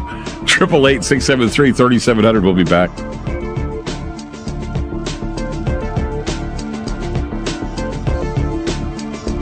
Back to Ground Zero with Clyde Lewis on FM News 101. Tonight, Erica's with us on Ground Zero. She is a vampire, and boy, a very interesting one. Okay, I didn't even think of this, and everybody's sending me questions about the blood drinking, and you were talking about vegetarians, you were talking about sweet, you were talking about all those tastes, you were talking about things that make the blood taste sour or horrible. So here's the question, and this is an interesting question. What about marijuana smokers, and have you ever taken blood from somebody who is under the influence of either alcohol or drugs, and did it affect you when you drank their blood?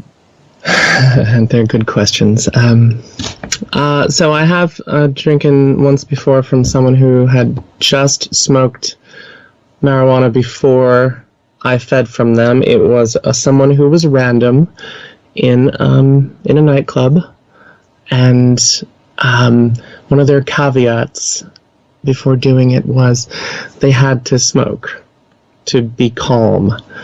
Okay. And I expected to experience something, but I didn't, as far as the taste. As far as crossover no from... contact high, no? No, and I will tell you why. Okay. Because we have... When I say we, myself and other blood drinkers have... experimented with drugs to see the effect blood would have on them. And we have ingested them. Alcohol, various drugs. And it stops alcohol completely. So getting blood stops the effects of alcohol. Okay. Yes, drinking blood stops the effects of alcohol. Does it stop the effects of marijuana? I don't know because I don't smoke it. Okay. But it stops LSD, for example, a very strong drug. One of the few things that will stop that is an antipsychotic.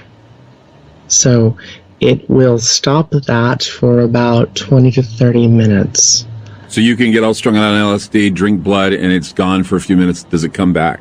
For about 20 to 30 minutes. Yes, it does. Wow. Yes, it does. Wow. Some things go away completely, but... does drinking blood, other people's blood, cure you of things like colds and flus if they happen to be healthy? And what about these new companies now that take the blood of teenagers and feed it to older people to give them youth? Do you believe that works? I think they're on to something, but I don't know what it could possibly do to somebody, to regular people. I would say that they are onto something because it certainly helps me. Interesting. Well, Erica, I must say, I have wanted to get you on the show, and we finally got you on the show. And it's been the most unique interview with a vampire I have ever had because, I've had interviews with others, and they certainly, just the idea that you're able to get people to willingly give blood to you most certainly brings in the whole idea of a vampire's stare and ability to get you to give blood willingly. And I think that's an interesting concept, especially when I've never heard that before. I've heard people saying that they feed, they bite. I've heard that they get blood from friends who work at hospitals, but you sound like you're the real deal. Erica, thank you so much for being on the program tonight. Thank you, Clyde. You bet. Take care. That's Erica. And we'll be back with more Ground Zero and more history and more interesting tidbits about vampirism that you did not know right here. Don't go away.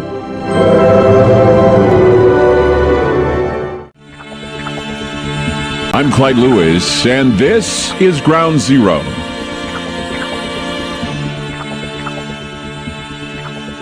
The numbers to call tonight, 888-673-3700. That's 888-673-3700. Tonight we have explored some of the most bizarre stories of vampirism. Erica, of course, on the program to talk about how she's a vampire. And it's most certainly a unique interview, to say the least.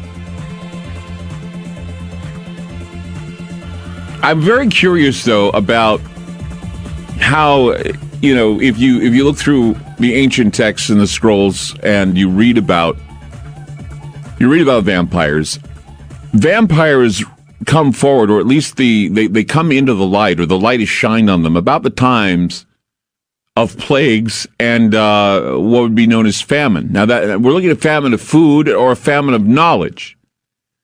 And so, both seem to be in the wings, if not happening now. A famine of knowledge, a famine of intelligence failures, a famine of empathy and sympathy, a famine of ignorance. We have this ignorance that was a famine of knowledge. But see, as I said earlier, the age of the plague has returned because we're looking at some 1,300 cases of the pneumonic plague, which is transmitted by air. It's now been confirmed. An estimated 50 million lives were lost of the Black Death when it happened in the 1300s. So 1,300 cases now. 1,300 was the year, or the 1,300 year time, the epidemic of the pneumonic plague, Black Death, happened in the 1300s. And now we're seeing that this disease has spread into more African countries after taking root in Madagascar. We had talked about that a few weeks ago. We also talked about the possibility of plague coming here in this country as they were spraying areas of San Diego streets with chlorine bleach because of possibilities of the hepatitis A outbreak. And with the trash piling up in the city streets from the homeless, we could see airborne plague happen here in the United States.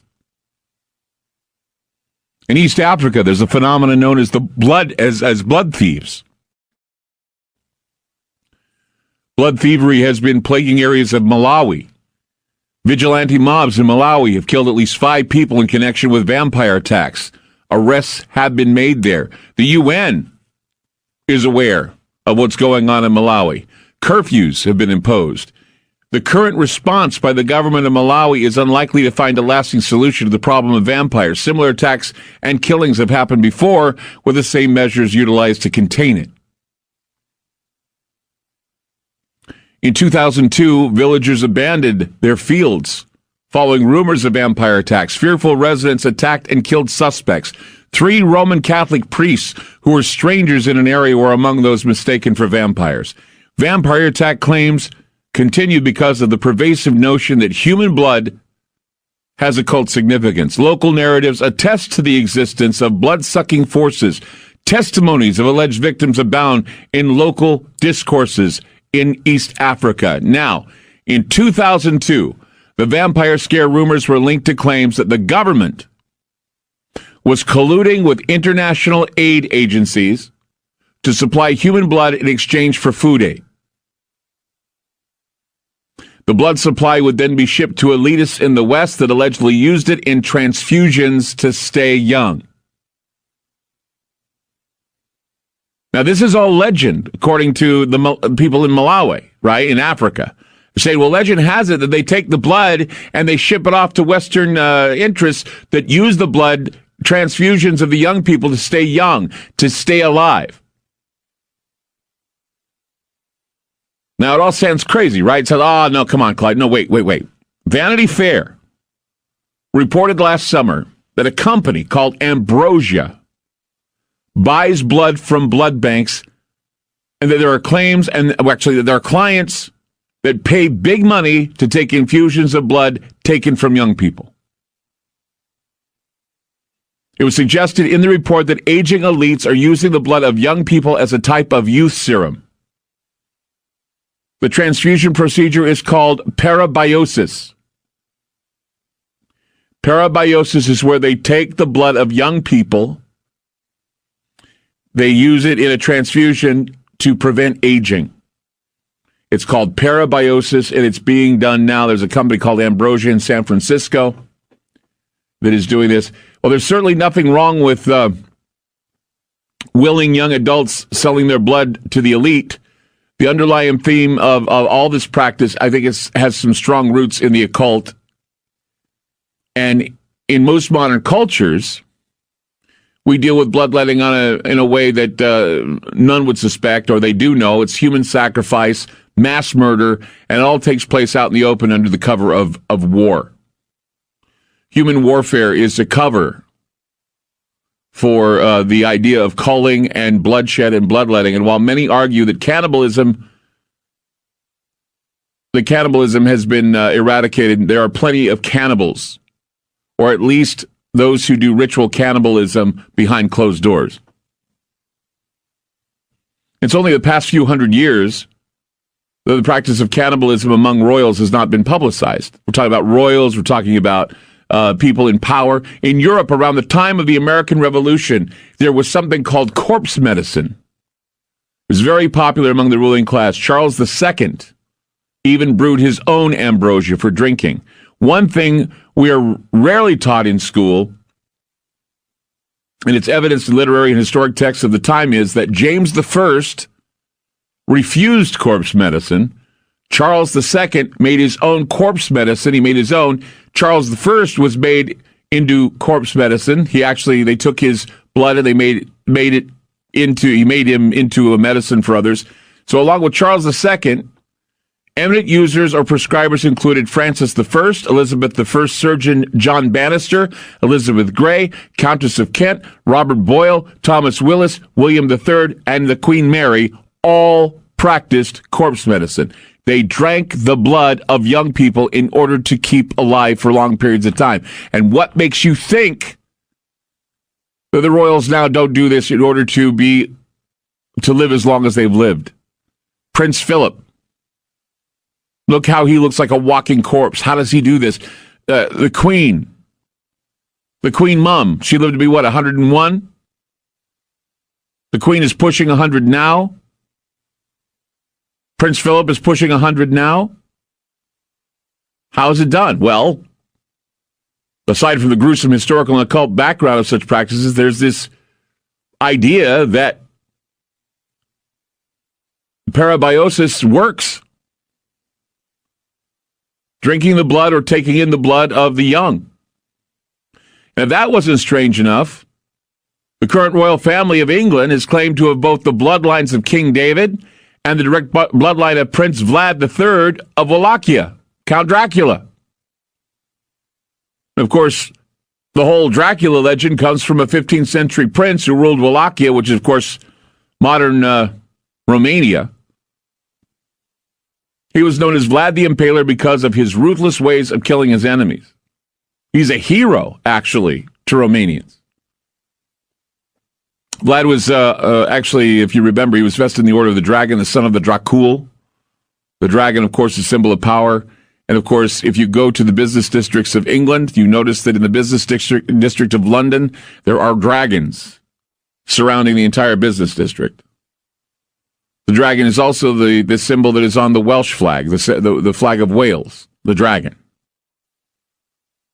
The symbol is a powered dragon, and it's a dragon symbol. The coinage of the dragon symbol was on Vlad's coins, and it was the symbol, back then, a talisman of the devil.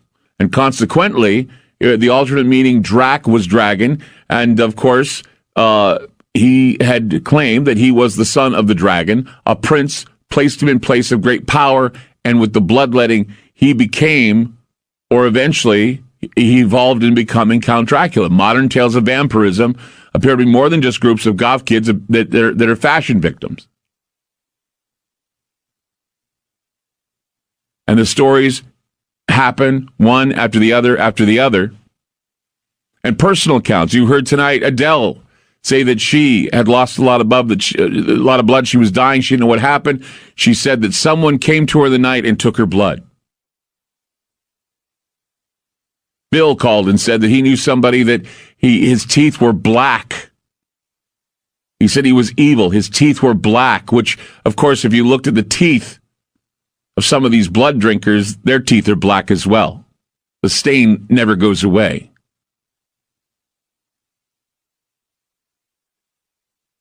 Triple 8-673-3700. That's 888-673-3700. Vampire stories are interesting because they're based on historic realities.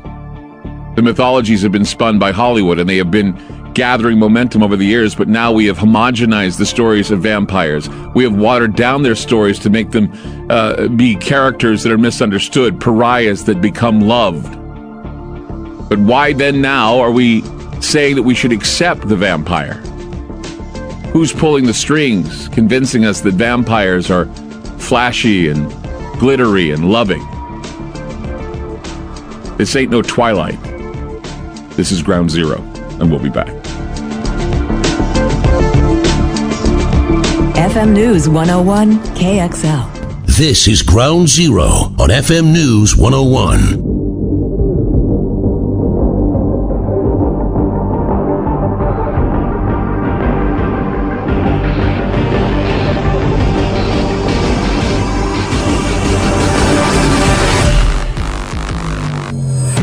I'm Clyde Lewis. You're listening to Ground Zero.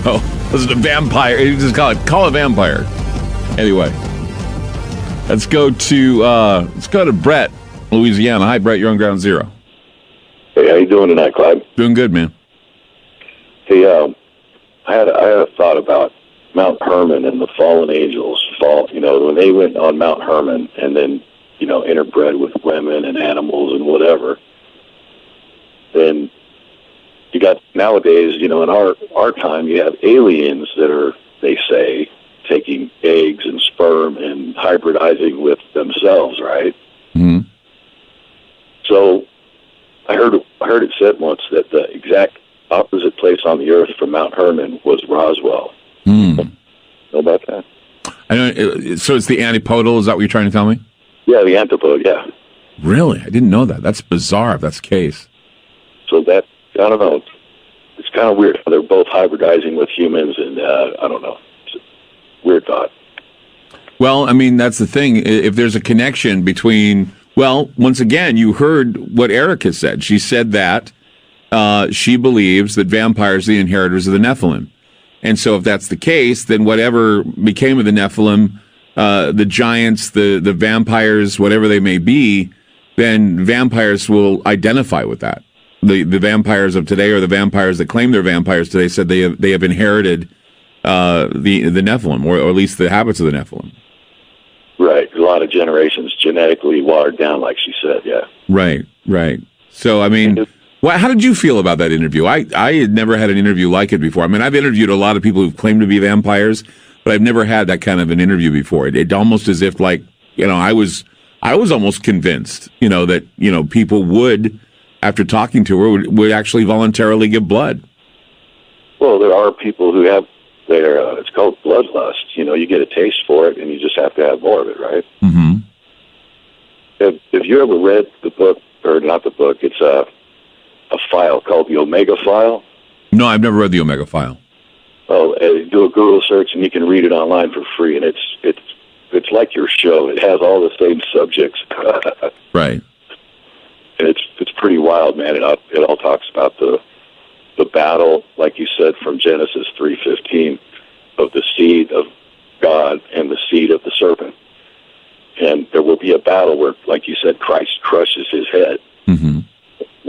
That's the end of the book of the Omega File, is Christ wins, Yeah, well, that's the whole thing. Christ does win. And how did he win? He won by embracing the very thing. He made what was profane something sacred.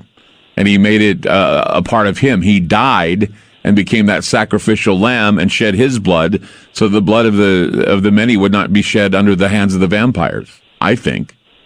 Right, and the people who have faith in him are made righteous by their faith, not by anything else. Right. And what does Jesus give them? He gives them eternal life. But see, once again, Jesus gives everything that the vampire gives, but the vampire, I think, was the beginning, and it was a profane beginning. It was a profane lie. And Jesus came to correct that profane lie, and he made it so that he would be the one that would die and shed blood. And he basically literally exposed the vampires for who they were, the predators for who they were. And that's why he willingly decided to die on that cross, to show how the vampires and the predators would treat him, and they put him to death. But then he overcame death. He showed the vampires that he could overcome it by doing what God wanted rather than doing what the devil wanted. And resurrection. Exactly. Yes, sir. And everything that a vampire does is basically blasphemy or heresy compared to what Jesus did, because Jesus proved it could be done with God and not with the devil. Yes, sir. I think that sums it up. I think that pretty much sums up what Jesus did. And I think that is one of the reasons why in vampire folklore we've always seen that if you hold a cross towards the vampire, he runs and flees. But the thing is that the vampire came before Jesus, and that's what I think is interesting, is that the vampire was here on the planet before Jesus, and Jesus came in order to vanquish the vampires, to vanquish those who were willing to shed innocent blood and drink the blood of the innocents. And he came in and said, no more will we have to sacrifice anything. I will be that sacrifice. Yeah, he paid it all, man. You got that. It makes it even more interesting, doesn't it, to be a Christian, I think. Yes, sir. Anyway, I appreciate the call.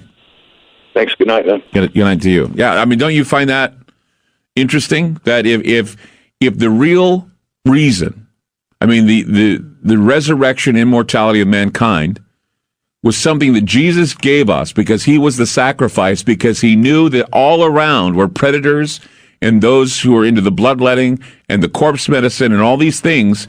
It was all part of this occult, ritualistic, satanic bloodletting that he wanted to show that he would be the one who would lay his life down to just be the symbol of that which needs to stop. And that is the bloodletting of innocent human beings.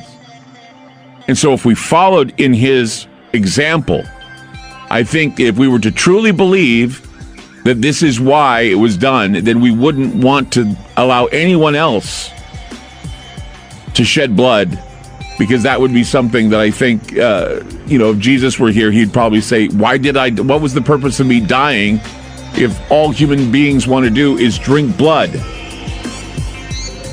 888-673-3700. We'll be back. I'm Clyde Lewis.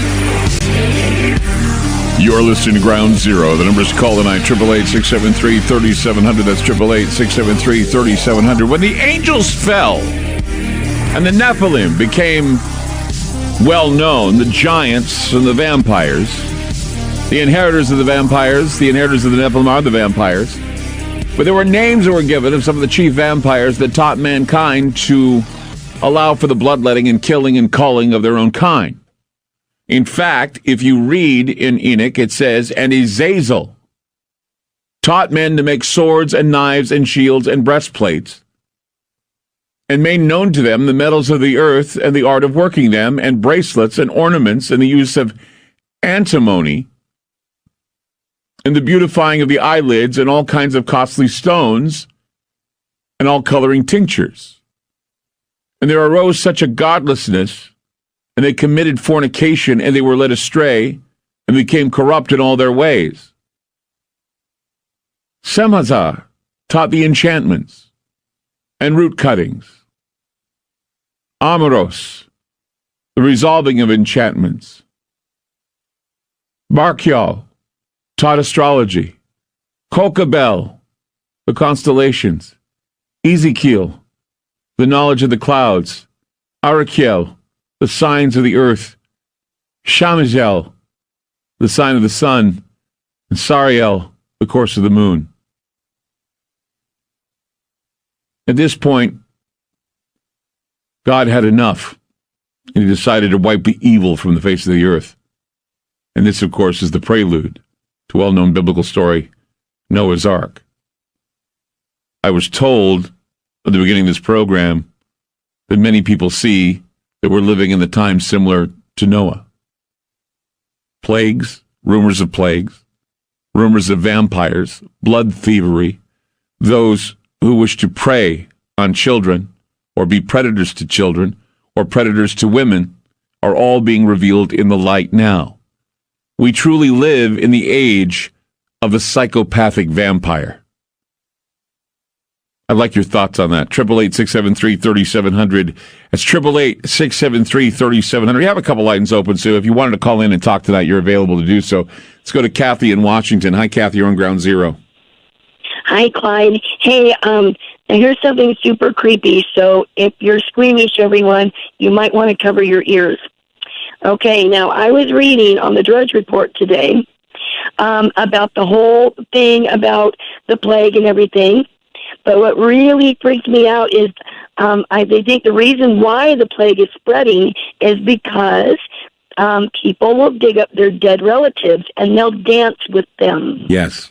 and they wrap them up, and then they do their thing, and they do it. I don't know if it's every year or by year. I don't know.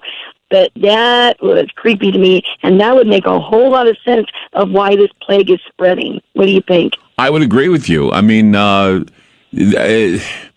it is, I think it's called, what's it called? Famadahana? Is what they call it? Yeah, I don't know that one. It's called Famadahana. It's a ritual. Yeah, it is. It's a ritual that they do in Madagascar. And yes, right. Yep. it's the turning of the bones ritual is what it is. The turning of the bones in Madagascar, it has an ancient origin where what had happened is that the people of Madagascar, the Malagasy rather is what they call themselves, they basically build their lives around death because they've had so many deaths that they build their lives around it. So they have these ceremonies where they turn the bones. And what they do is they go to villages where they have buried the dead or where they put the dead. And each family basically goes and holds a celebration. And they go to the ancestral crypts where the remains of the dead are taken out. They get wrapped in fine silk. And then so they don't smell, they pour wine all over it, and all over the body. And then they put all kinds of perfume over the body. And then they bring them out and they actually dance with them, or they even sit and have dinner with them. Yeah, that's so gross. But I can't help but think, though, if someone died from some horrible disease, or even the plague, if you will, and then they're digging them back up, you got to think there's a transfer there, and that is just. I wonder if they could, if there's any way to make them stop doing that. I think they. I don't know if they would get people to stop their rituals, but. Well, I mean, if they were to tell them that they can't play with dead bodies that are loaded with plague, I would say, look what happens. But see, that's the thing is they keep, from what I gather, is they keep turning the bones, and they keep doing so until the body has decomposed completely. So if there's still anything left of the deceased, it still lingers, and of course now we know that and there's also, from what I understand, some spiritual ritual that goes on where they turn the bones to communicate with the dead. So it's not only the dancing with the dead and reconvening and reuniting with the dead, it's the prospect of the dead basically trying to communicate with them while they're turning the bones. Wow, that is super creepy, though. Yeah, definitely a Halloween tale. Definitely. Thanks, Clyde. You bet. Thank you. Take care. Night. See, and they see it as an act of love. Okay. And so if family members want to rub up against other family members that are dead that have the plague, then this creates a problem. And I don't know why. I mean, I guess, what? You can't just step in and say, I know this is tradition, but guys, you keep doing this and you're going to spread the plague even more. So yes, the plague is spreading. But see, what's even more disconcerting is that while the plague is spreading, people are taking the blood from the healthy. They're taking the blood from the healthy, and people are saying the reason why the blood is being taken is because they're selling it to companies that give it to the rich in the United States or the rich in the West, they say. The rich in the West get these blood transfusions of young people, which gives them the ability to live longer. And this is happening today. So, I mean, check me if I'm wrong here, but I think that's vampirism. I think that the vampires now, they don't need to hide anymore. They're in plain sight, and that's why you get interviews with vampires. You get to talk with vampires. Some are more, as Erica would say, some are more sociopathic than others, but they're sociopaths. So I think that tonight we really had an eye-opening interview, and we've had some eye-opening conversation with people who've had experience with vampires. Now, have you had an experience with something like a vampire? Do you know somebody who you would consider to be a vampire? I would say we've had a few stories, at least two, and I'm thinking that there could be more somewhere out there. 888-673-3700. That's 888-673-3700. Taking your calls tonight on Ground Zero, talking about vampires and the background of vampires and where they start. They started in the Bible. They go back all the way. I mean, think about it.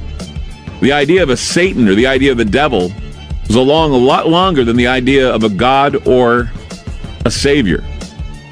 That came later because the world needing some cleaning, some pretty big-time house cleaning of all the devil-worshipping, vampire-drinking, blood-drinking types that existed on this planet. So yes, vampires are real, and they may not have escaped the wrath of God. 888-673-3700. That's 888-673-3700. We'll be back. FM News 101 KXL. This is Ground Zero with Clyde Lewis on FM News 101. Let's go to Sam in Washington. Hi, Sam. You're on Ground Zero. Hi, Clyde. Hi. I have some really strange things to tell you. Hopefully you believe me, because... Okay. Here it goes. So I lived in Seattle, Washington for about 4 years, off and on. The second time I lived there, actually, I'll just start with the first time. So the first time I lived there, I was on my way home from work one evening, and there was this strange man on the bus sitting right next to me.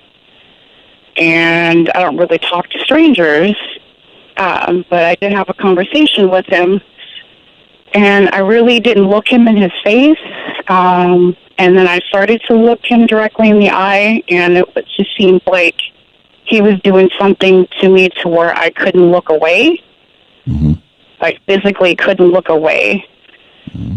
And then he had some friends in the back of the bus, and he was telling me how him and his two friends, male and female, would pick people up and take them to a hotel, and they basically wouldn't be seen again. They would rob them, and who knows what would happen to them. And I really didn't know what to say. I just sat there and listened. And then as soon as my stop came up, I just ran off. And then he mentioned that he wanted him to, he wanted to come over to my apartment because he mentioned he wanted to make me his, which I really didn't know what that was supposed to mean.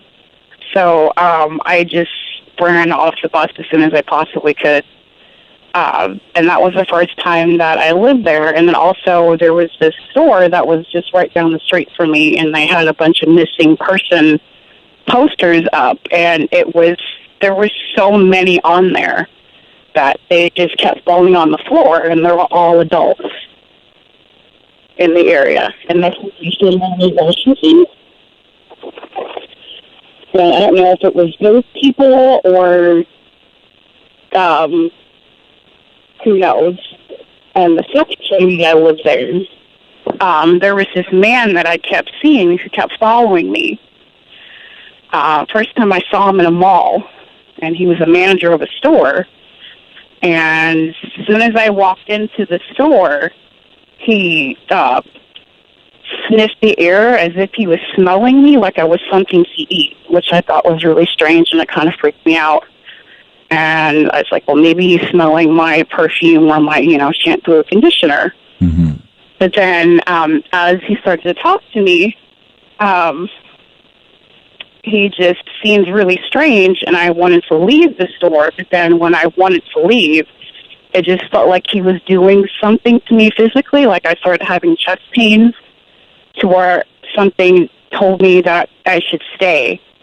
But just this gut feeling told me that I should leave as soon as I possibly could. So I proceeded to walk out of the store, and I turned around to look at his face, and his eyes, he had blue eyes. They were glowing. They were so bright blue. It was almost that they were on fire, like burning blue. Yeah. And then I kept seeing him. Like, he would follow me to work. I saw him in a movie theater, and he got really close up to me. He was sitting across from me, and I was talking on the phone. I was waiting for somebody, and then I was walking around, and then he got close to me, like probably 5 feet away, and he was smelling me, like smelling my face, and he started growling. And then I backed up. Like, I didn't want to make a scene. I just backed up and sat back down, and he disappeared. And then I lived in this really old apartment building downtown Seattle, and I would leave my window open at night. And there was no way that anybody could physically climb up the building. It was a stone building that was built back in the 1800s. And I lived on the 4th floor, and I didn't have a screen on my window, and I had these bracelets on my ankles.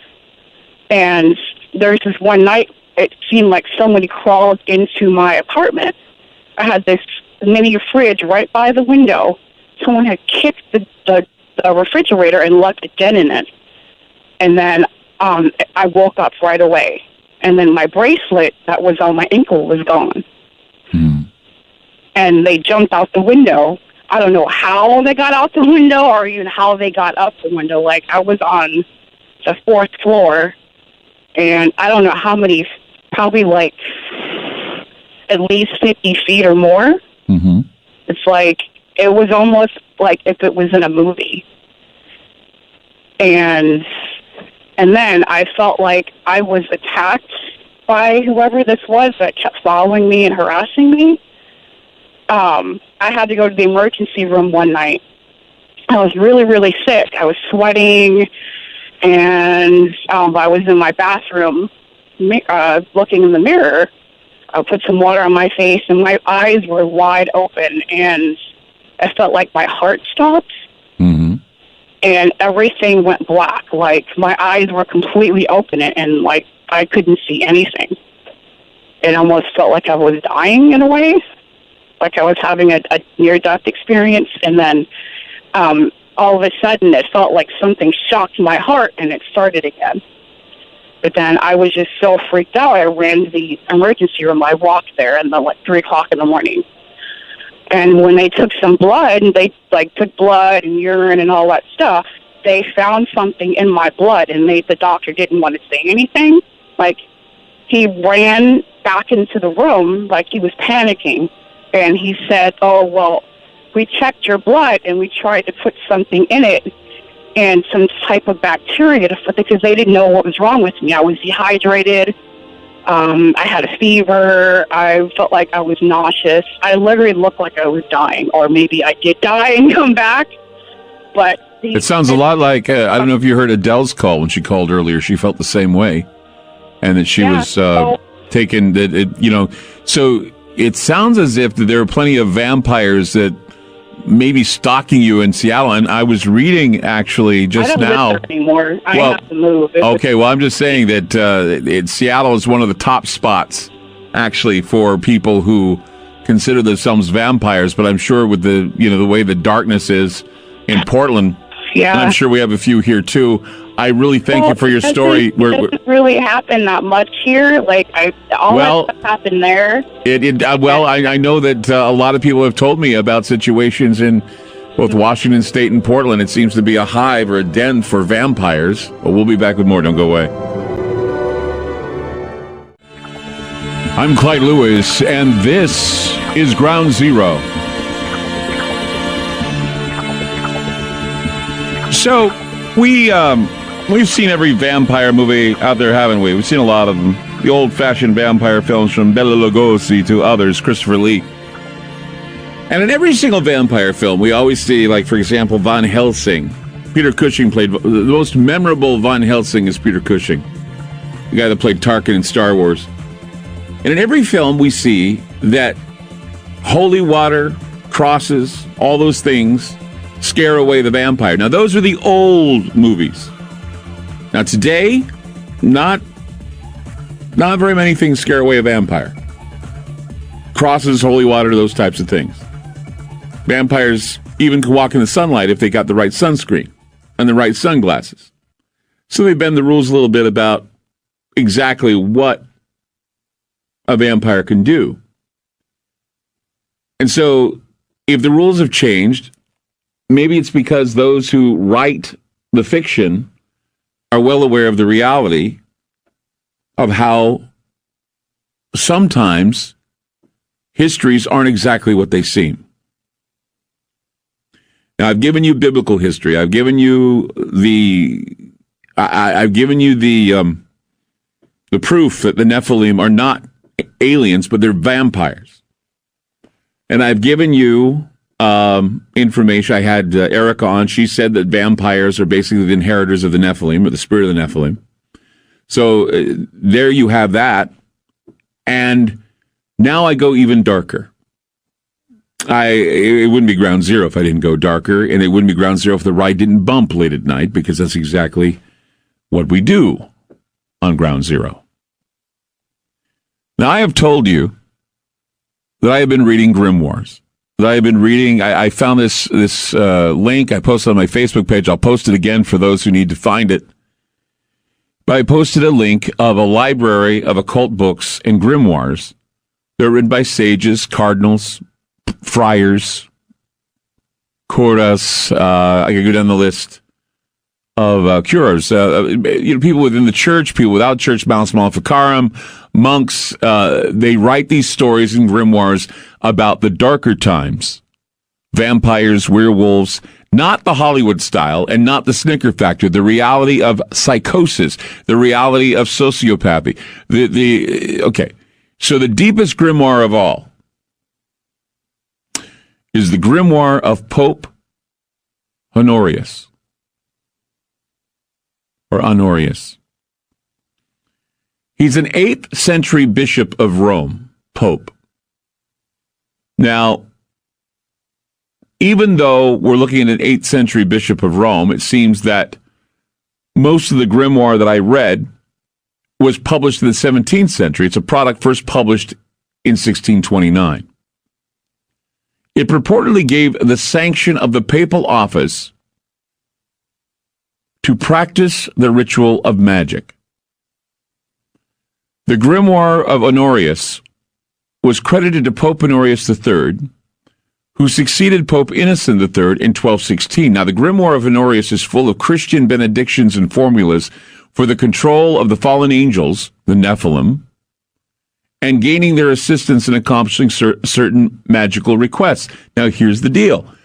In the grimoire, it says that Pope Honorius III had the ability to use magic to summon vampires, to summon the fallen angels, and to gain their assistance in accomplishing certain magical requests. In other words, he had them under his power.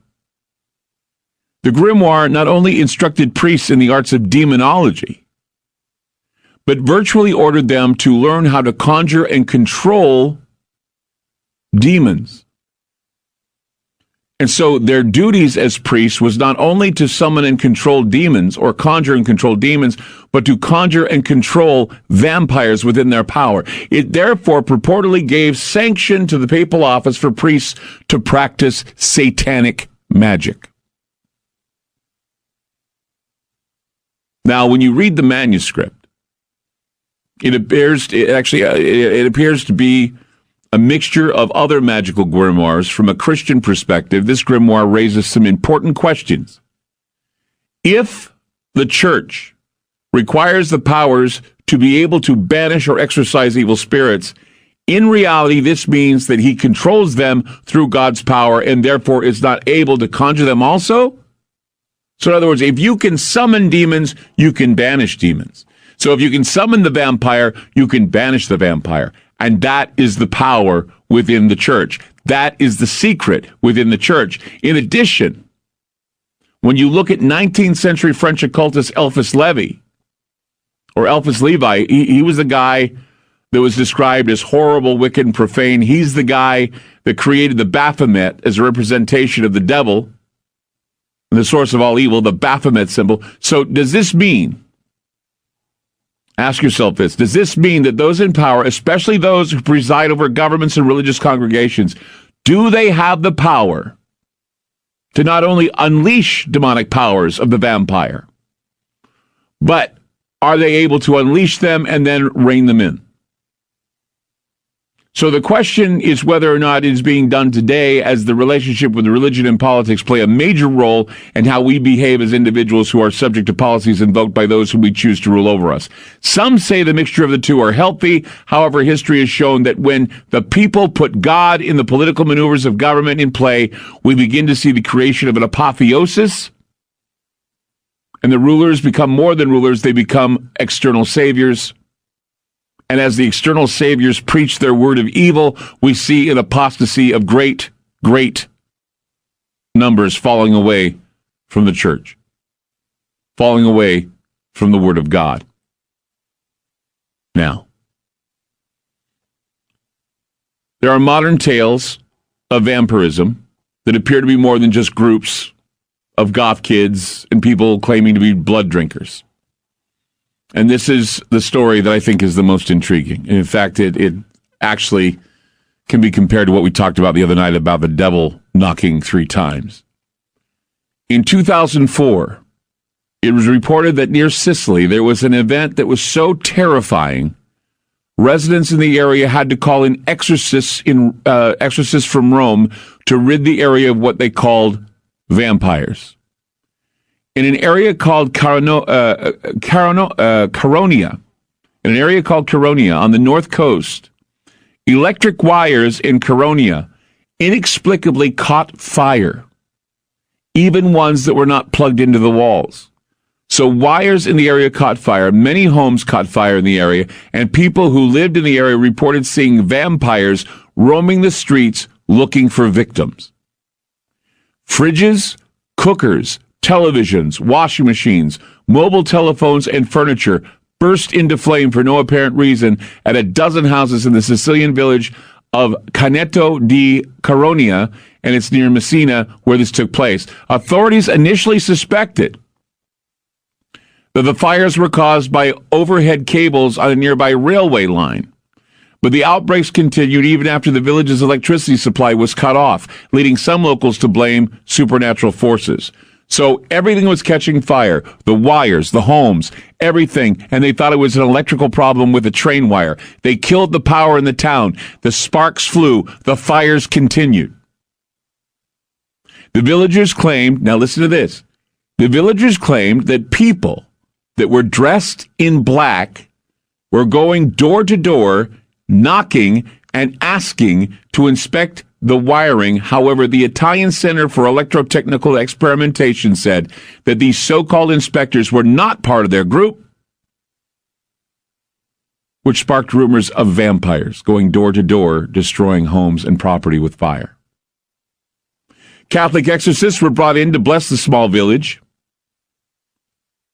and the people who were terrorized by the arrival of the strange inspectors. In 2012, it was reported that South Korea, thousands of pills filled with powdered human flesh were discovered by customs officials. It was reported that the capsules are in demand because they are viewed as being medicine that cures everything. They are marked as stamina boosters and a product of China. The pills are made from babies that either are aborted or delivered stillborn. The tiny corpses are then bought, stored in refrigerators before they are removed, and taken to clinics where they are placed in medical drying microwaves. Once the skin is tinder dry, it is pulverized and then processed into capsules along with herbs to disguise the true ingredients from health investigators and customs officers. So, when you find yourself faced with the reality that fictional vampires have become a desensitizing force to the grim reality of demonic intrusion, one has to focus on the primary reason we fear monsters in the first place. And that, of course, is the old good versus evil argument. Throughout history, evil has to be dressed up and made sexy in order for people to be tempted in participating in it. Evil has often been posted or posited in literature and even in the Bible as an overdetermined force. Evil from time infinitum has been used as a mile marker to monitor the growth of the spiritual or the spirituality in human beings. And each time we faced it and we've conquered it, we become steps closer to what we call divinity. We become more like God. We follow. If we keep conquering evil, we follow God and we do what God wants. The vampire, however, the vampire today, as a metaphor, is the creature of the night that takes shortcuts in order to obtain immortality. The vampire's life has within it a dark, counterfeit spirituality that is offered by a lesser being that no one more cares for the existence than it does its own ability to actually permeate the world with wickedness. At least that kind of vampire. We don't need a Satan anymore to tempt us into becoming a doomed and blighted pariah.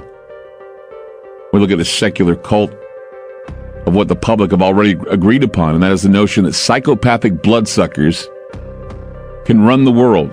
We can vote for them, put them into power, and we say, oh, they're here to protect us. Well, think about this for a moment. Baphomet is now the mascot in the public square. We're looking at dualistic demons in places like, the Middle East. To act against a perceived evil, often created by vampiric overlords, is a sin. Pointing it out is also a very, very noble thing to do. The revelation of pedophilia, attacks, predatory rape victims, people who have been involved with this, who are saying that it's coming to a head. The vampires no longer can hide in the light. The light is being shed on them. And I'm talking about the psychopathic, not the sociopathic, but the psychopathic blood drinkers that do it, and they don't give consent. It is done through coercion, and it's done to blatantly destroy the innocent. 888-673-3700. That's 888-673-3700. We'll be back. FM News 101 KXL. More with Clyde Lewis and Ground Zero on FM News 101. Let's go to Robert in Montana. Hi, Robert. You're on Ground Zero. Robert, hello. You're on Ground Zero. Hello. Hi, you're on the air. Go ahead. Yeah, I was just calling about Elijah. Isaiah. I'm sorry, about the book of Isaiah, and you were talking earlier about the apocryphal books. Yes, I was about the different apocryphal books, and I was thinking about the book of Isaiah, where it talks about the bright morning star, and where it talks about he said how about Satan. You're talking about Lucifer, not Satan. Lucifer fell and became Satan. Right? You still there? Robert? You still there? Okay, Robert's not there. Let's go to Mary in Oregon. Hi, Mary. You're on Ground Zero. Hi there, Clyde. Hi. Oh, this is Sherry. I said Sherry, right? So Sherry in Washington. I'm sorry. Go ahead. That's okay. Yeah. So I have an interesting correlation with, you already kind of answered it after I was placed on hold with a call, that the Nephilim are part of the vampirisms, and I'm just also have been studying this for a while just on my own accord about all of the mutilations and that, where there's no blood left in the animals and nothing on the ground. There was one friend of mine, family had a small acreage, and they had a couple cows, and they did have an experience with one of their cows having that done to it. Mutilated, in La Center. Yeah. In 1989, and of course they called the police, and they came out and said there's nothing we can report, and left. But I was also going to bring up the fact that this is all around based around sorcery. Everything that has to do, even with that little town in Italy that was all the wiring was frying and everything. Yeah. And I also believe that. You believe that was sorcery? I believe in the realm of the energetic realm. So what do you explain about the people dressed in black inspecting the homes for victims and everything? They said that they didn't recognize who they were. In fact, they had to call the priests and the exorcists from Rome to come in and exorcise the city because they felt it was being I attacked. think they are the ones that initiated it with just their presence in the realm of energy, the forces. The force fields of them, and I know I also have had a book given to me about meth because I've been studying that for my defense to know, the outbreak of meth around or methamphetamine. Well, this has nothing to do with methamphetamine. That story in Sicily had nothing to do with methamphetamine. I'm sorry. No. I was just going to correlate it real quick with that. That the people that are on that, I have learned through studies, are always attracted to wiring. They always take the wires apart in cars. That's because they get money out of they get the wiring and they get money out of it. That's why they do it. Okay, because I thought maybe at the metabolic level, and even unbeknown to their psyche that they're drawn No, to. they do it. They do it to get money. They do it to get money. They go to a place that buys metal, whether it be copper wiring or whatever. I mean, my father used to do it. He used to work for the county, and he'd come in and he'd bring all this metal stuff that he'd find, and he'd bring it in and he'd make money out of it. And that's exactly why they do it, is because they need to fill their habit. And the only way they fill their habit is to find wires, or in fact, they've been known to steal girders from bridges and take them in for money so they can get money for their meth habit. Okay, yeah, I do realize that part of it. But it almost seems like there's a metabolic or some kind of a connection that's within their blood that's craving energy or electricity also, aside from stealing wire or copper to turn it in for money. I've never heard that, actually. Yeah, never heard it's that. like this energy force just sucks them to where there's energy. So you're telling me that people on meth are more susceptible to being taken into places where there's energy, or they like to get around energy fields? Yes, I think there's vampirism involved in... Okay, there's different types of vampirism. This one would be the vampiring of people's souls or the energy off of them. Just sucking the life forms out of people all around them. So they're looking for life force energies to steal from people, and that's what meth heads do, is what you're saying. It generates them to crave it. So some people call meth heads the modern zombie, and when they tweak in the street, I would kind of agree. Thank you so much, Sherry, for that call. 888-673-3700. That's 888-673-3700. A couple lines open if you want to get in at the last minute. We're getting ready. Coming in the final stretch of the show, so we'd love to hear from you. 888-673-3700. That's 888-673-3700. Back with more Ground Zero. Don't go away. I'm Clyde Lewis. You are listening to Ground Zero. Numbers to call tonight, 888-673-3700. That's 888-673-3700. Conspiracy theorists have been saying that they have proof, or they've said many times, that something of occult nature takes place everywhere, and that the cult is taking over. No hoaxes, no real reason not to doubt that bloodletting is happening, that bloodletting is being covered up, whether it be murder within the realms of politics, or whether it be war, or diseases, or things that can be actually, used against death of the innocent. And what vampire tale wouldn't be complete without talking about Elizabeth Bathory? She was born in Transylvania in 1560. She was born into a privileged family whose members included knights, cardinals, and kings. She spent her days living a life of privilege surrounded by great wealth, always being taught the ways of the aristocrats. However, Elizabeth also had some other unique instruction. She was instructed in the dark arts by her uncle, an alchemist, and was introduced to witchcraft and sadomasochism by one of her aunts. Rumors about the Countess's brutal nature began circulating in 1602. Countess Bathory passed the time and drudgery of ruling over 17 villages.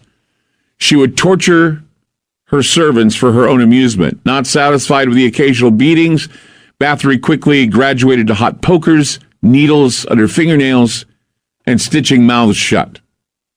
She also had a fondness for covering villagers in honey and watching as insects and animals would devour them. Some of Bathory's other documented wickedness included forcing victims to cook and eat their own flesh, forcing them to stand in buckets of ice outside until they froze to death, starvation, poisoning, and on one occasion, having a gypsy man sewn up into the belly of a dead horse. And these were just a small sample of what she was accused of doing at her trial. After her death, it was revealed that she enjoyed bathing in the blood of her victims as well as drinking it in order to maintain her youth. Now that, I think, tops them all, right? I mean, look. Bloodletting and blood drinking and this has been going on now And it's been stoking the fires of some 6,000-year-old secret regarding 5% of the elites, the royal families, world rulers, bloodlines, and ritual blood drinking continues today, and that youthful blood keeps them living longer. Isn't it a coincidence that the Queen Mother lived to be 101? Queen Elizabeth II, she just had, she's now living, was she like over 90 now, isn't she? And Prince Philip, 95. And it's rumored for some time that the royals drink the blood of the young to stay alive. They get transfusions in order to stay alive. By 2011, there were witnesses from the First Nations schools in Canada. They said that nearly 500,000 graves were found in the schools there, and that even the Prince Philip and Queen Elizabeth would show up. They would pick First Nation children, dress them nicely, take them away, and they were never seen again. This is according to a Kamloops, British Columbia school. They selected 10 children, according to what I was reading. They had the children removed from the school. None of the children were ever seen again. The group that disappeared were 7 boys and 3 girls, and aged from 6 to 14 years of age. In the book Mummies, Cannibals, and Vampires by Richard Sugg, it is reported that in medieval Europe, medicinal cannibalism was practiced by people of royal stature, and it is believed that ritual cannibalism may still be going on behind the scenes with the royals and many of the royal elite of the world. And this has been going on since the time of King James. So, who was the guy that wanted the Bible to be given to him? King James, right? Is that right? And for all we know, King James was a vampire. Let's go to Mary in Oregon. Hi, Mary. You're on Ground Zero. Hi, Clyde. First-time caller, long-time listener. What I want to say is you're 100% correct. Really? And when I was living in Malala, okay, which, I never had a Bible. I never knew about God. I never wasn't taught anything like that in my family. Mm-hmm. They're from Europe.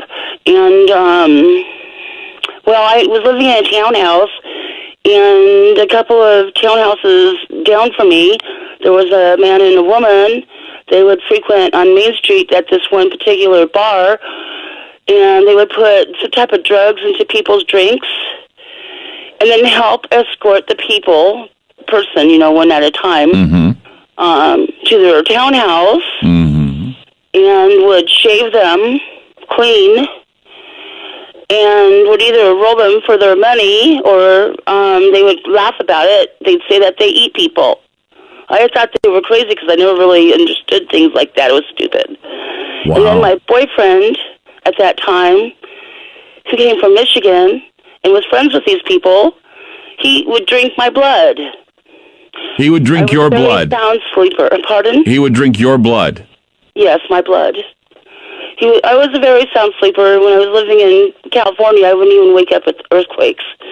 So I'd be a sound sleeper, and he'd be cutting at my fingers and sucking my fingers, or cutting at my wrists and sucking my blood out. Or on this really nasty, horrible, would be wanting to eat monthly eggs. Oh, my God. Out of you? Yeah. I just couldn't believe it. I didn't know. What part of run away? What part of run away did you finally realize? Run away, get away. When I spoke to somebody and I told them, I said, "This is happening to me. What do I do?" They said, I spoke to the police. I said, "You need to leave. Take the children and leave." So I gave them the boat and I gave them the Willie Jeep, and I said, "I'm leaving. I'm getting out of here. Goodbye." And I left to the other part of Oregon, far away, and changed my name so nobody could find me or the children. And it was very frightening. And you're saying that police officers do this. The police officer in New York, he got busted for getting women into his house. He was going to make a cookbook on how to cook women, how to cook humans. It's happening, and it's getting worse, Clyde. I'm serious when I say this. No, oh my God. So where did this happen to you?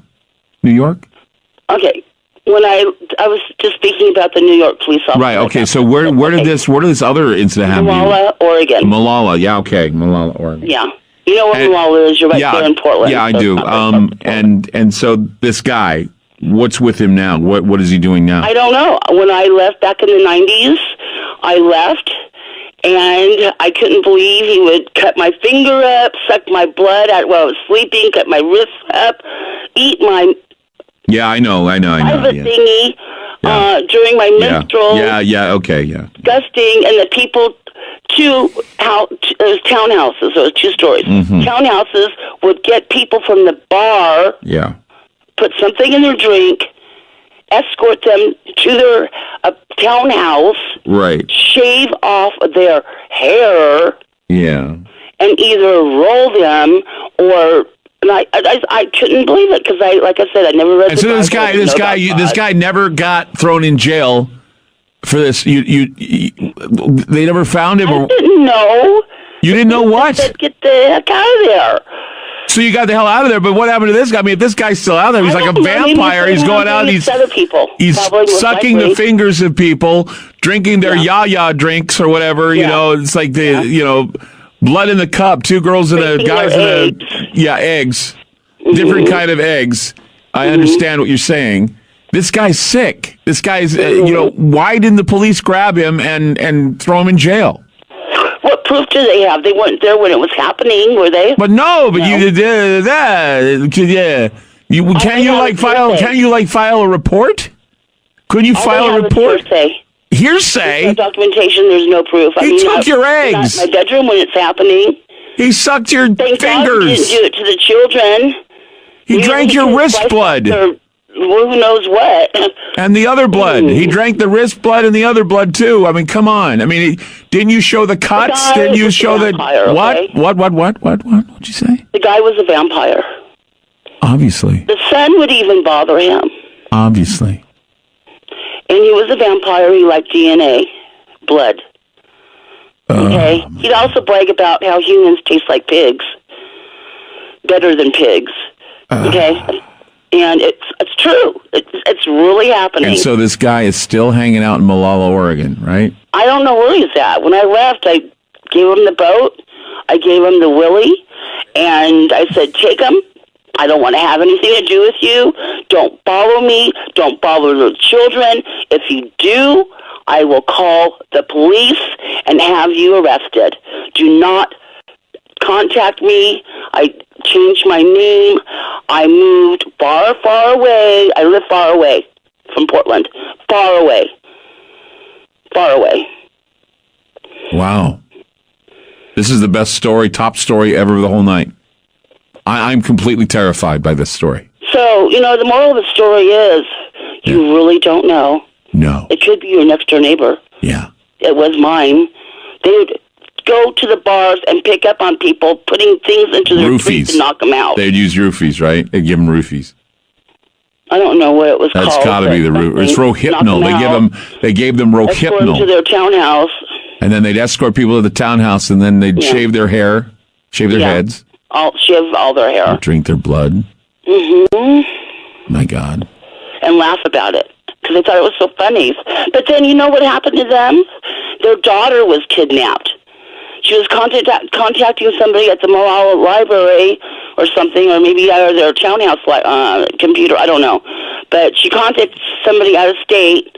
The guy picked her up at the Malala Library. Yeah. Then she was on the most wanted list, or he was. I don't know. They were searching for FBI and police.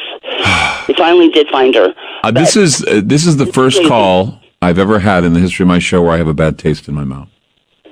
I'm kind of like trying to find the taste, and I don't. You really have to be careful. I Because do. you say you ride the bus or the train or whatever. You don't know. I know. Okay. You don't. And they could follow you. Yeah. They could follow your wife Jane. No. They can follow your son. They can follow you. Yeah. And Okay. I don't know. Okay? All right. You've done it. You've scared me. All right. You take care. Okay. I'm just telling you, it's true. Yeah. Okay. Thanks. Jesus. They can follow you. Be careful. They're behind you. Yeah, I know. They can follow me. Oh, my God. Like I said, I think I want some strawberry ice cream. That would take this bad taste out of my mouth right now. Oh my God. That poor woman. We'll be back. FM News 101 KXL. With Clyde Lewis on FM News 101. By the way, what she was describing as far as the, drinking of the, it's called the Starfire ceremony. It's it's basically drinking the gold of the gods is what they call it. And it's certainly something that is a vampire type thing. Let's go to Jared in Oregon. Hi, Jared. You're on Ground Zero. Hey, how are you doing? I never called in before, and I never listened to your show. I was going to pick my buddy up a pack of smokes, and long story short is... You got into a great show tonight, didn't you, man? You just really did. Hey, there's a lot of 5150s out there, I'll tell you that right now. Points, man, points. Go ahead. Long story short is I was in the United States Army. I was a chemical, biological, radiological, nuclear, high-yield explosive specialist. Say that 10 times fast. That's hard to say, yes, exactly. Yeah. But anyways, a lot of people are talking about like emotional vampires and stuff like that, like people from Seattle. Mm-hmm. And you got a lot of 5150s. And then like the last lady, she was talking about a cult in the 90s, yet she couldn't even name the missing gal. Now, with that being said, the one thing that one gal, it seems like she's got a problem with bones and stuff like that, and people moving them and playing with them, that kind of thing. Well, and she was talking about plagues and all that. We're talking about what's going on, the dancing with the bones that happens in Madagascar. That's why the plague is spreading, because they pull the bodies out of the graves and dance with them. Yeah, here's the thing, though. What they don't understand is that's what brings a lot of plagues back. Mm-hmm. They don't understand, and that's why somebody needs to go in and say, hey, don't dance with the dead. It brings disease. They just do it. How do you think we had some of these other things come back and came back in force? I mean, think about it. Because we've had bad things happen with the dead, like necrophilia and necromancy and yeah, I mean, come on. I know. Isn't having sex with the dead? They call it the weaker sex, and that's what they joke about. They say it's the weaker sex. So they have sex with the dead. Nothing wrong with cracking open a cold one. Oh my God! Oh my God! Are you going to the gala? We're ending the show really badly tonight. But that's okay, because this is your first time. So I think that I will give you a pass. I will give you a pass, dude. I'll give you a pass. I thought you would laugh at that. I am laughing at it. Literally, it's right here, right with the throw up that's about to come out with it. But no, it was an interesting show. I mean, I'm not gonna lie. I will probably listen to you guys again tomorrow. I hope so. I hope so. Man. Guess what we're doing tomorrow? We're gonna contact voodoo dolls and see if they'll speak to us. You want to listen to that? They call it voodoo. By the way, what do they call it? Voodoo. Voodoo. What'd I say? Voodoo? No, you said voodoo. Oh, voodoo. Voodoo. It's the voodoo you do. It's voodoo. They call it voodoo. It's voodoo. FM News 101 KXL.